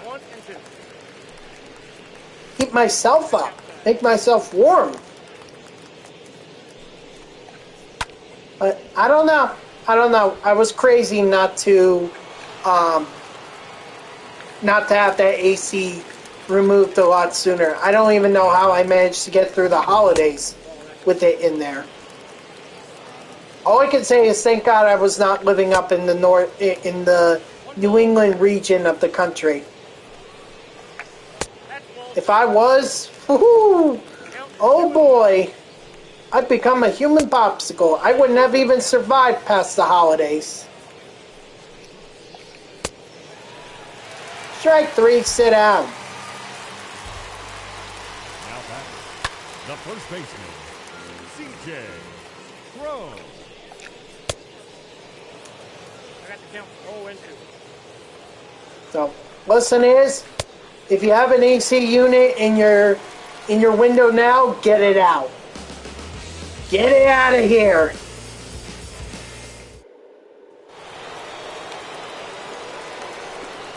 There's no reason. Unless you're living really far down south where you're still getting 70-degree temperature, which I don't even know how that's possible in January. But, okay, global warming. No, I'm just kidding. I'm not being political here. Now back to center field, Brandon Newman.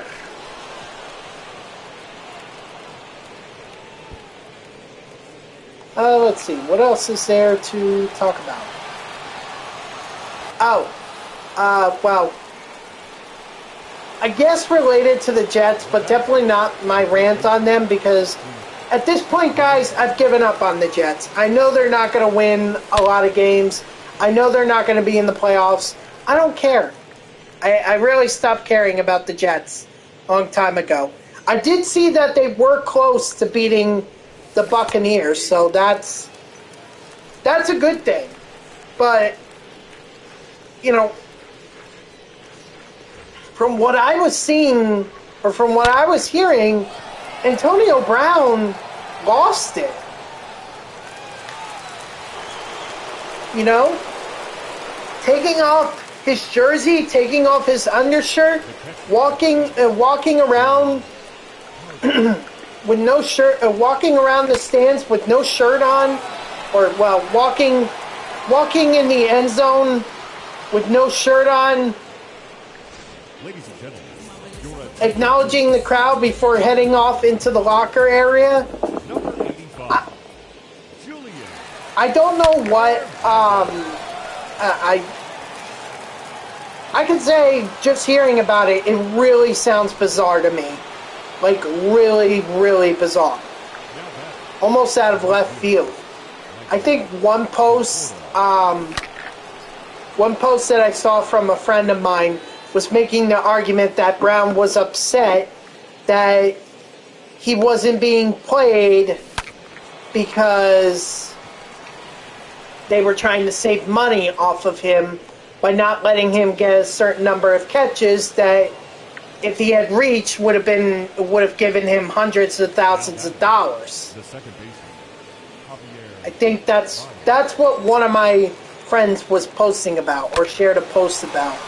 And I guess we'll never know until Brown decides to speak out against that controversy, so I don't want to comment on it, but I will say I thought it was bizarre.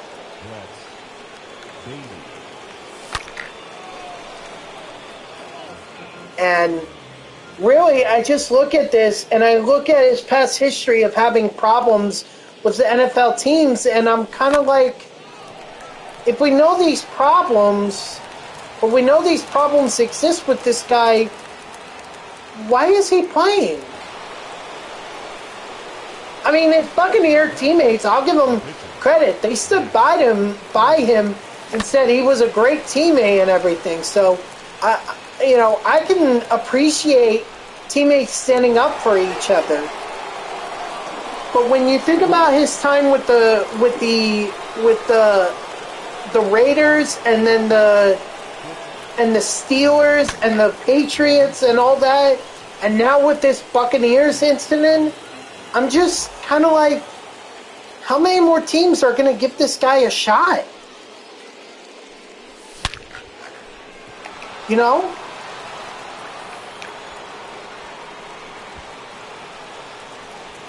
I mean, maybe he does deserve another shot. I'm just saying, like,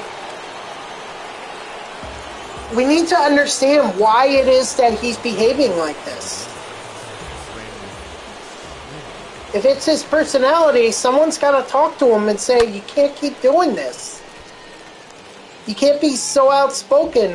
Unfortunately, I know a lot of people want to be like Terrell Owens or Chad Ochocinco or Chad Johnson or whatever. I can understand that. But the thing was, those guys were great, and they backed it up. They can talk, but they backed it up. Antonio Brown, is he at that level? It's debatable. It is debatable about whether I mean, personally, I'm not going to put Antonio Brown at the same level that T.O.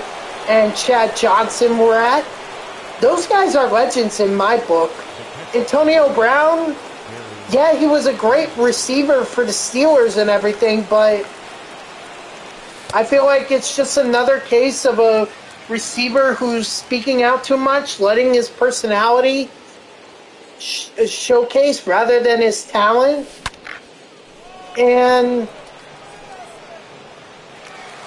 I believe if you can rein that in, he would be a great player. He really would.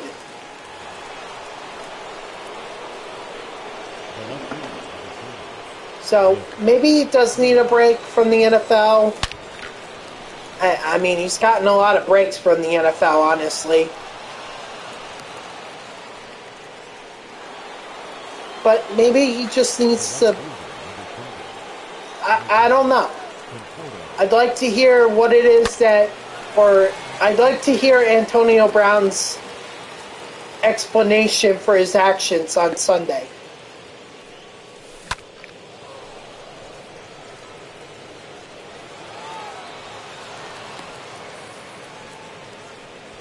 Because we gotta remember, it's not just adults that are watching this, it's children too. And they see this, and if we keep telling them, oh, it's okay, you know, this is normal, this is not that normal.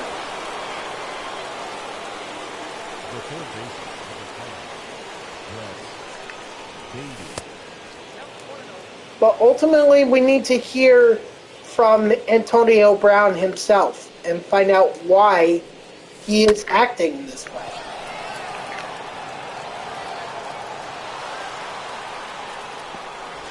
Your attention, please. You know, before we decide whether or not he should be Carlos Estevez. indefinitely suspended from the NFL, or maybe it's a more short-term thing where maybe he just doesn't play for a season or two. But we got to hear what his explanation for that was.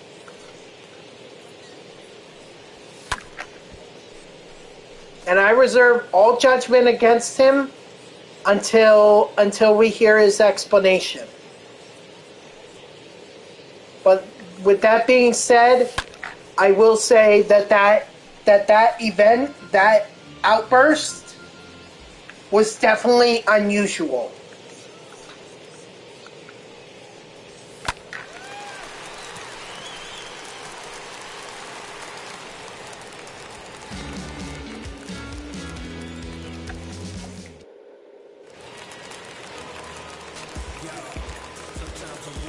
Leading off, Damn, we're already... the second base. there I go, cursing again. Jesus.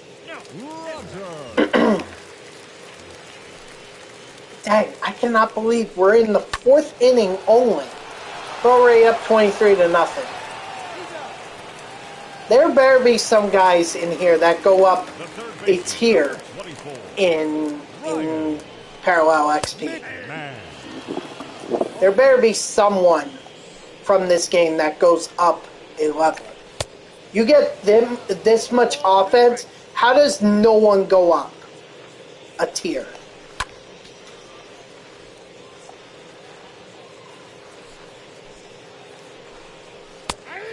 Strike three, sit down. The batter, number 9. So,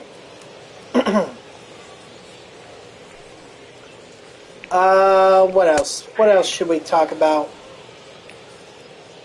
Feel pretty good about how we covered Antonio Brown. Again, guys, I'm not going to judge Antonio Brown until I hear his explanation as to why he did what he did. So, we talked about New Year's resolutions. The shortstop, Ronnie Mauricio. We touched on the MLB The Show lockout, or excuse me, the MLB lockout.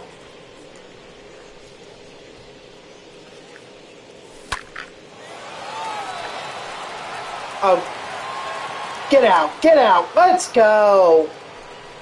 Attaboy, Mauricio. Let's get more parallel XP. Let's get... The center fielder, Brandon. Let's get up there. If you know, Mauricio is the closest I have to Superfractor. So every home run, every hit, every run he scores, every RBI he drives in, all the more helpful to getting him up to Superfractor. Hernandez.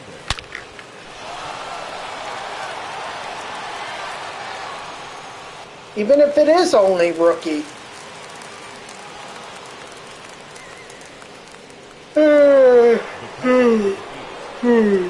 Yeah.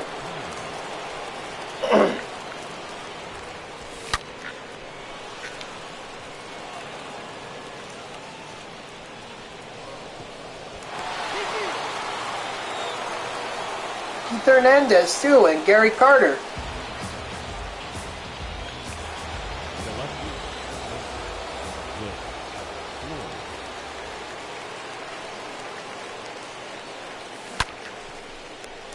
There we go. Double play. Great.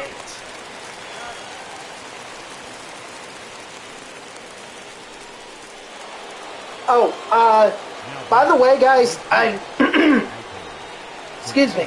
I started reading up on the David Wright book that I got for Christmas, and it really is a fantastic read. Like I'm enjoying reading this. I believe I'm up to chapter 7, so I'm at the point where I'm past the chapter where he talks about his call up to the majors in 2004. Really is a good book. I did not know that David Wright knew Ryan Zimmerman, BJ and Justin Upton, and Mark Reynolds. He knew Mark Reynolds from their time in AAU baseball.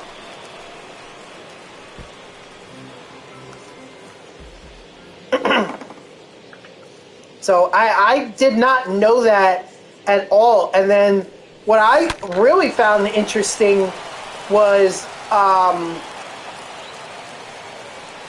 when he first got called up to the majors. You know, he's talking about how he's worried that Ty Wigginton, who was the third baseman for the Mets at the time, he was worried about Ty being hostile towards him because this is, you know, he's going to take Ty's spot as the third baseman. And Ty's having and at that point, Ty Wigginton is having the career year he's going to have. Like, he's batting .351 up to that point. I think he got called up in like May or June, and at that point the Mets were not competing. That was clear. The Mets were not competing, so they were looking to ship off Ty Wigginton and really invest in David Wright. And you know, David describes his interaction with Ty Wigginton when he first comes up to the majors. And what Ty says to him is that he's glad that he's there, which I would definitely, I kind of got that feeling that David Wright got, which was shocked. And then he was honest. He said, "Listen, I don't like the trade rumors that are going on.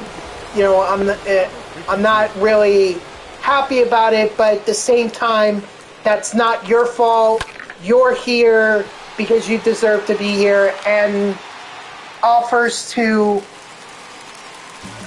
you know,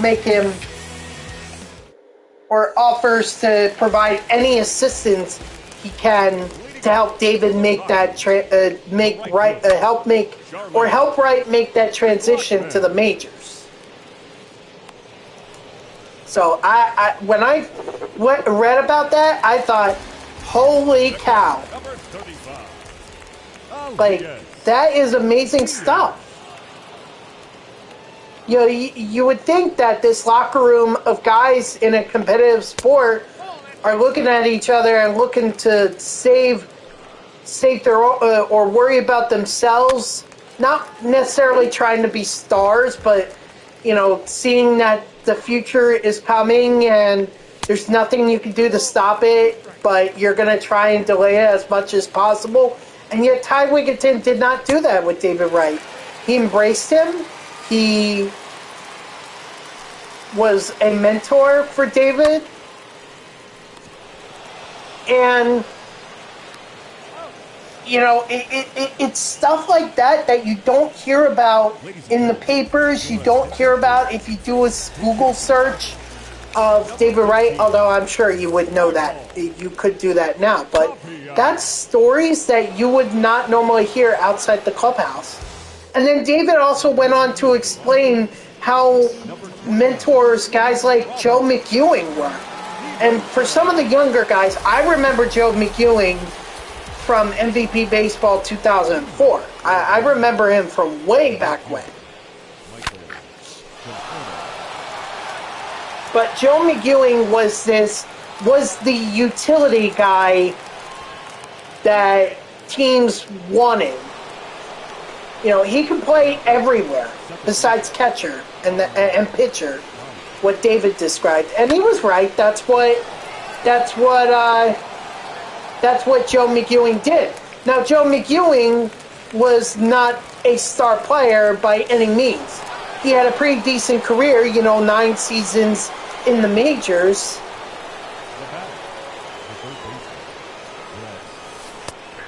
But he wasn't trying to be a star. And David really looked up to him because he saw himself in Joe. He saw that McEwing was a grinder, much like Wright was, because for Wright, it was hard for him to stand out. He always talked about in the chapter or in his book how everyone looked at Michael Kadire, because Michael Kadire was played baseball in Virginia. And at that point, Michael Kadire was the epitome for Virginia baseball prospects.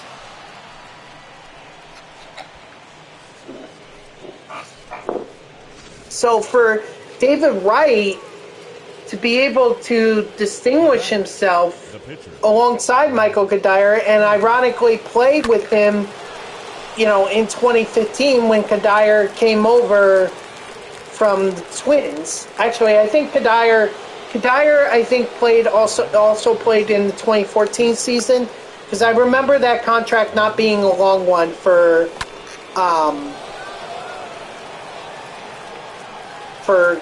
between Kadire and the Mets. He was not exactly a guy that stuck around with the Mets following 2015.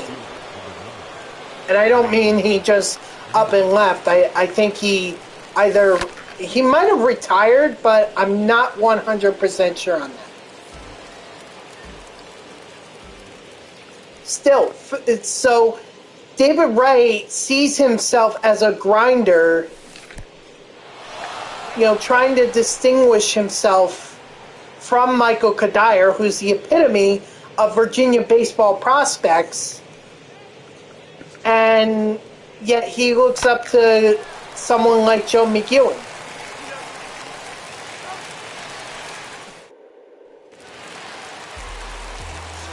So I just found it.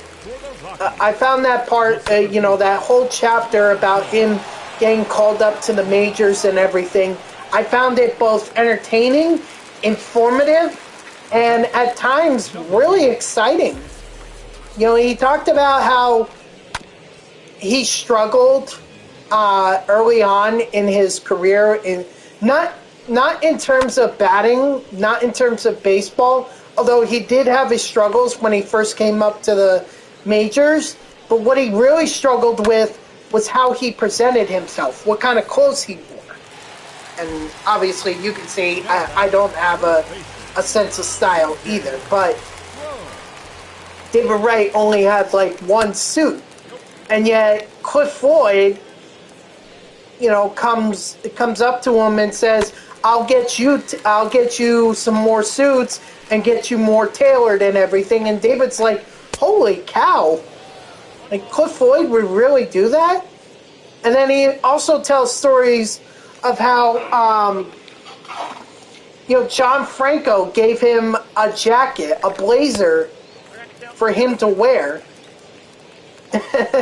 And this is part of what the funny part, the entertaining part of the chapter comes in, which was he talks about how his one game stands out to him because one game in particular when they go up to Montreal in April, and or not in April, probably in late May. So it's still kind of cool there in Toronto, but or not Toronto. I'm sorry, Montreal.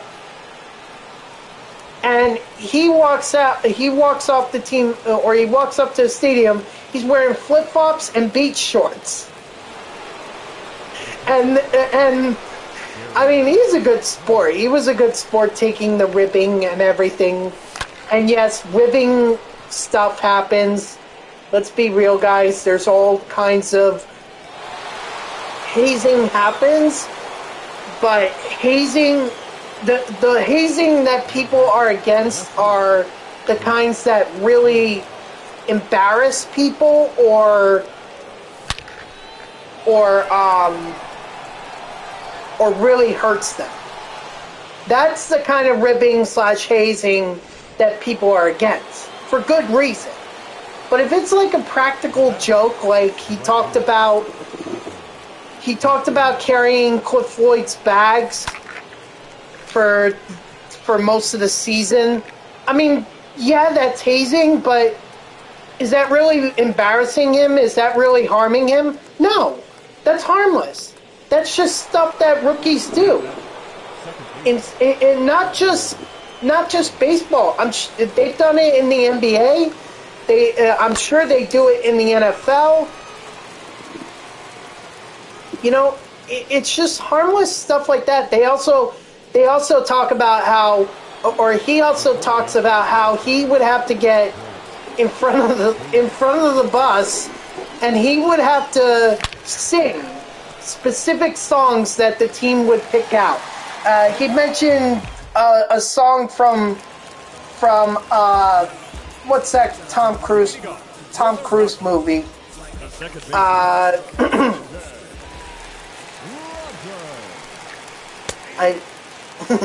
know I'm not really being specific because Tom Cruise is in a lot of movies. Top Gun. So he had to sing a song in Top Gun. I don't remember which one it was. The third baseman, number 24. Ryan But McMahon. he had to sing that in front of the entire bus. And I mean, for some that might be embarrassing, but I mean, David took it like a champ. And it was obviously way more songs than that. They picked out a ton of songs. It's just that's the one he specifically mentioned in that chapter that I distinctly remember.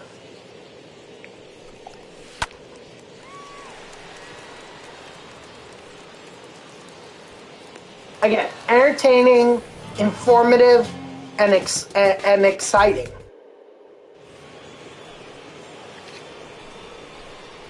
Leading off for the Lions. So I really do encourage you guys to pick up autobiographies of athletes. You never know what you can learn about athletes in the locker rooms and everything, because they're pretty much an open book once they're done with their playing days. They're an open book.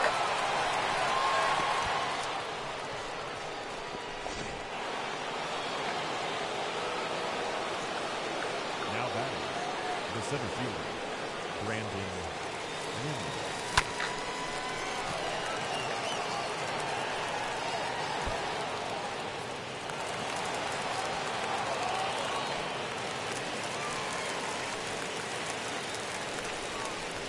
Now batting, the first baseman, Keith Hernandez. So I'm excited to read more about it. I'd like to see. I'd like to know what was it like playing for the Mets during one of their worst times in team history. You know, specifically, I'm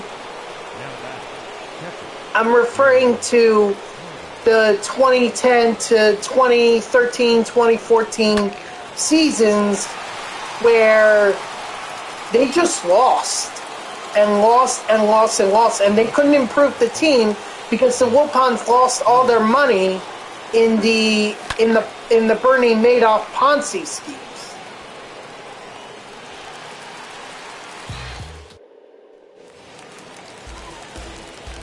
So I'm excited to see how David went through that period. And there was a lot of changes happening at that time. That team was changing. No longer was it this 2006 or the remnants of the 2016. You know, Carlos Delgado, Sean Green, Paul LaDuca, David Wright, Jose Reyes, Johan Santana. Well, actually, Santana came after the 2006 season. Actually, he might have came in 2008. It might have been his first season with the Mets. But Pedro was no longer there. No longer going to be there. Carlos Beltran. So I encourage you guys, don't just get an autobiography of your favorite player. Get an autobiography of a player from your favorite team. I never thought that reading R.A. Dickey's autobiography would be so exciting for me. Now I'm sounding like a book nerd. Nerd! But like, I enjoyed reading it because to me, here was this MLB journeyman who had basically adjusted, realizing that he couldn't be that speed hurler that the MLB was starting to focus in on. So rather than try to adapt to something that he knew he could never be, R.A. Dickey decided he was going to learn one of the toughest pitches, both to pitch and to hit in MLB history, known as the knuckleball. And obviously it paid dividends for R.A. Dickey because he ended up winning the 2012 Cy Young Award. And prior to him, the last one I think was Doc Gooden in the 1980s. That was the last Met, from what I remember, that won the Cy Young Award. Maybe I'm not remembering correctly, but I thought it was Doc Gooden who was the last Met prior to Dickey to win the Cy Young. Still, like, it's stuff like that, you know, that can give you some really good insight as to what life for an athlete, their struggles, what they overcame. It's better than anything any movie could put together. There is no time limit on a book. So, no detail that, or very few details are spared, and it gives you insight into a player and what they went through in their careers.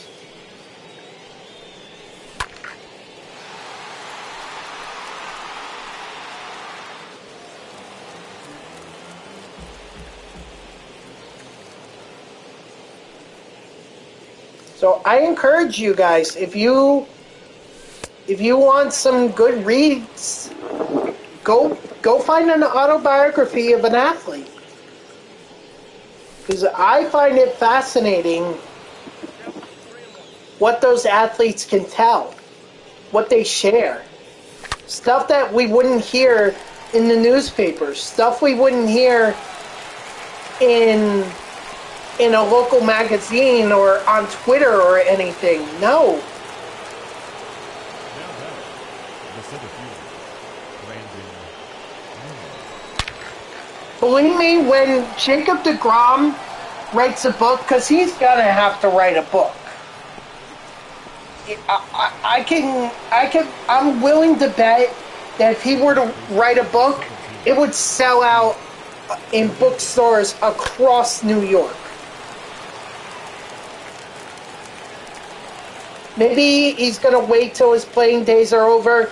Maybe he'll wait until the World Series, if he ever wins a World Series. I mean, this is a guy that made the transition from shortstop to pitcher, and not only succeeded at it, he excelled to the point where he won 2 Cy Young Awards. That's pretty darn impressive.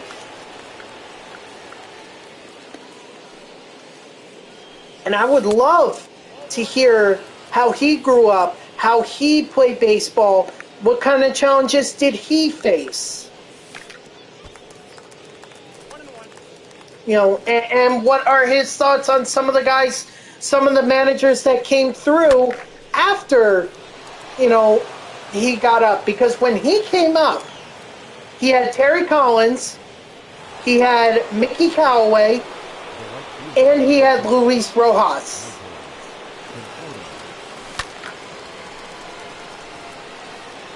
So I'd be very interested to hear what he has to say about Callaway, about Collins, and about Rojas.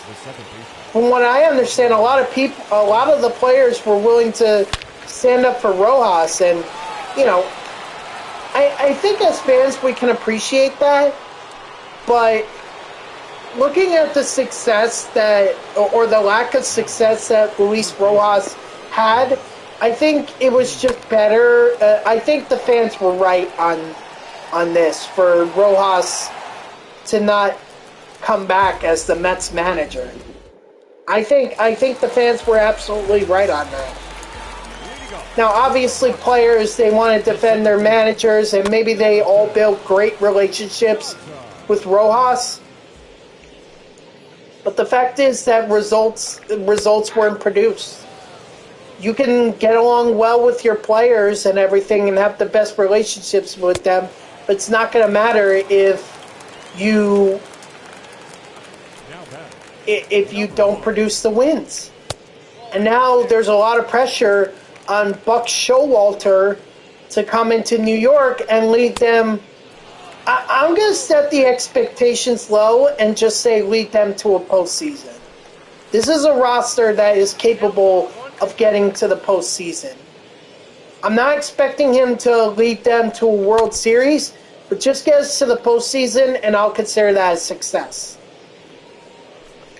Certainly more successful than Mickey Callaway or Luis Rojas. That's for sure.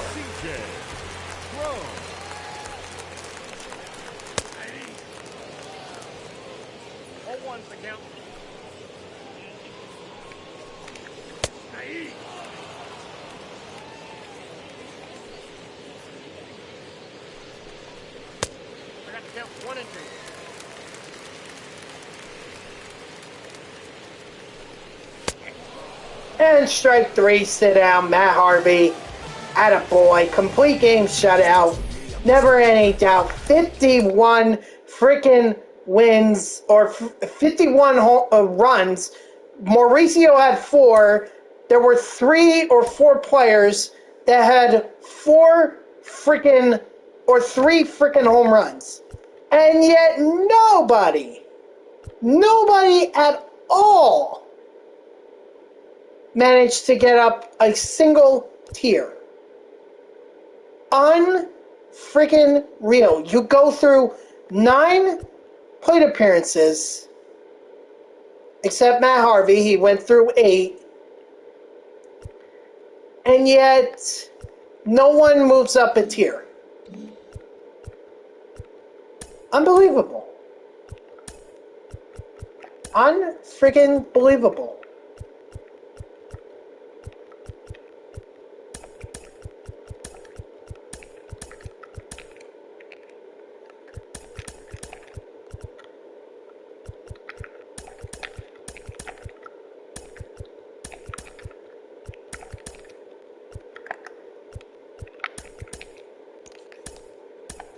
Yeah, I'm just doing some of the exchanges.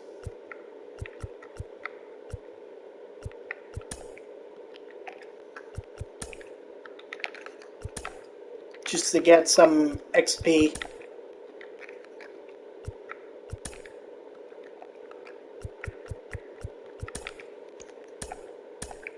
And there we go. Just want to check and make sure there's nothing else. Because this inning program is going to end in a couple days. So, and then we're going to have the Forever program, the 11th inning program. So, I better get going. You know, I got. If I want to get to the finest, actually, set 2 I really don't care about because I have all these guys already. It's set 1 that I'm interested in because I think the ones that I don't have are Dylan. Actually, you know what? I'm not sure. I think it's those. I think it's 3 players from Finest Set 1 that I don't have, and I believe that's Charlie Morton, Avisail Garcia, and Dylan Cease that I do not have. So hopefully we'll get up there eventually, but for now we're not there yet. And speaking of now, that's going to do it for me, guys. So thank you to everyone who tuned in. Even if it was only for a moment, I greatly appreciate it. If you haven't done so already, please be sure to follow me here on Twitch and or subscribe. Either one would make me a very happy person. If you're watching this on YouTube, thank you so much for watching. I hope that you subscribe to my channel and turn on notifications. That way you know when I post my videos. I'm a little bit behind. I'll try to catch up here. And if you want to know when I go live, you can follow me on Twitter at JeffreyWerner3. The link is in the About page, so it's underneath the stream here. So go check me out. I'll always tweet whenever I go live. You can also turn on notifications here on Twitch. That way Twitch sends you an email every time I start up a stream. Overall, we made some progress. Not a whole lot, but we made some. I'm trying to think what progress. We got Nimmo up to tier 1, so we got that, I guess. I'm trying to see like who's close. Bias is close to tier 3. Hernandez is still a ways off. Carter is close to tier 3. What about Floyd? He's kind of close, but he's still a ways off. Conforto, he's a ways off from tier 4, so that might take a little while. Mauricio, that's about 500 XP that he gained over the course of this stream, so that's rather disappointing. And then Matt Harvey, I think a couple more games will probably get him up to tier 3. So that'll be the focus for the next stream, unless there's something in this new event that's coming out. Apparently we're going to have a new event that's worth grinding for. I don't see what they could possibly put out there that might be better than what we've already seen so far in Albert Pujols and Trey Turner. But I guess we're going to see. So I will see you guys tomorrow at 6:30 p.m. or 6 p.m. Eastern. And I hope you guys have a great night. See ya!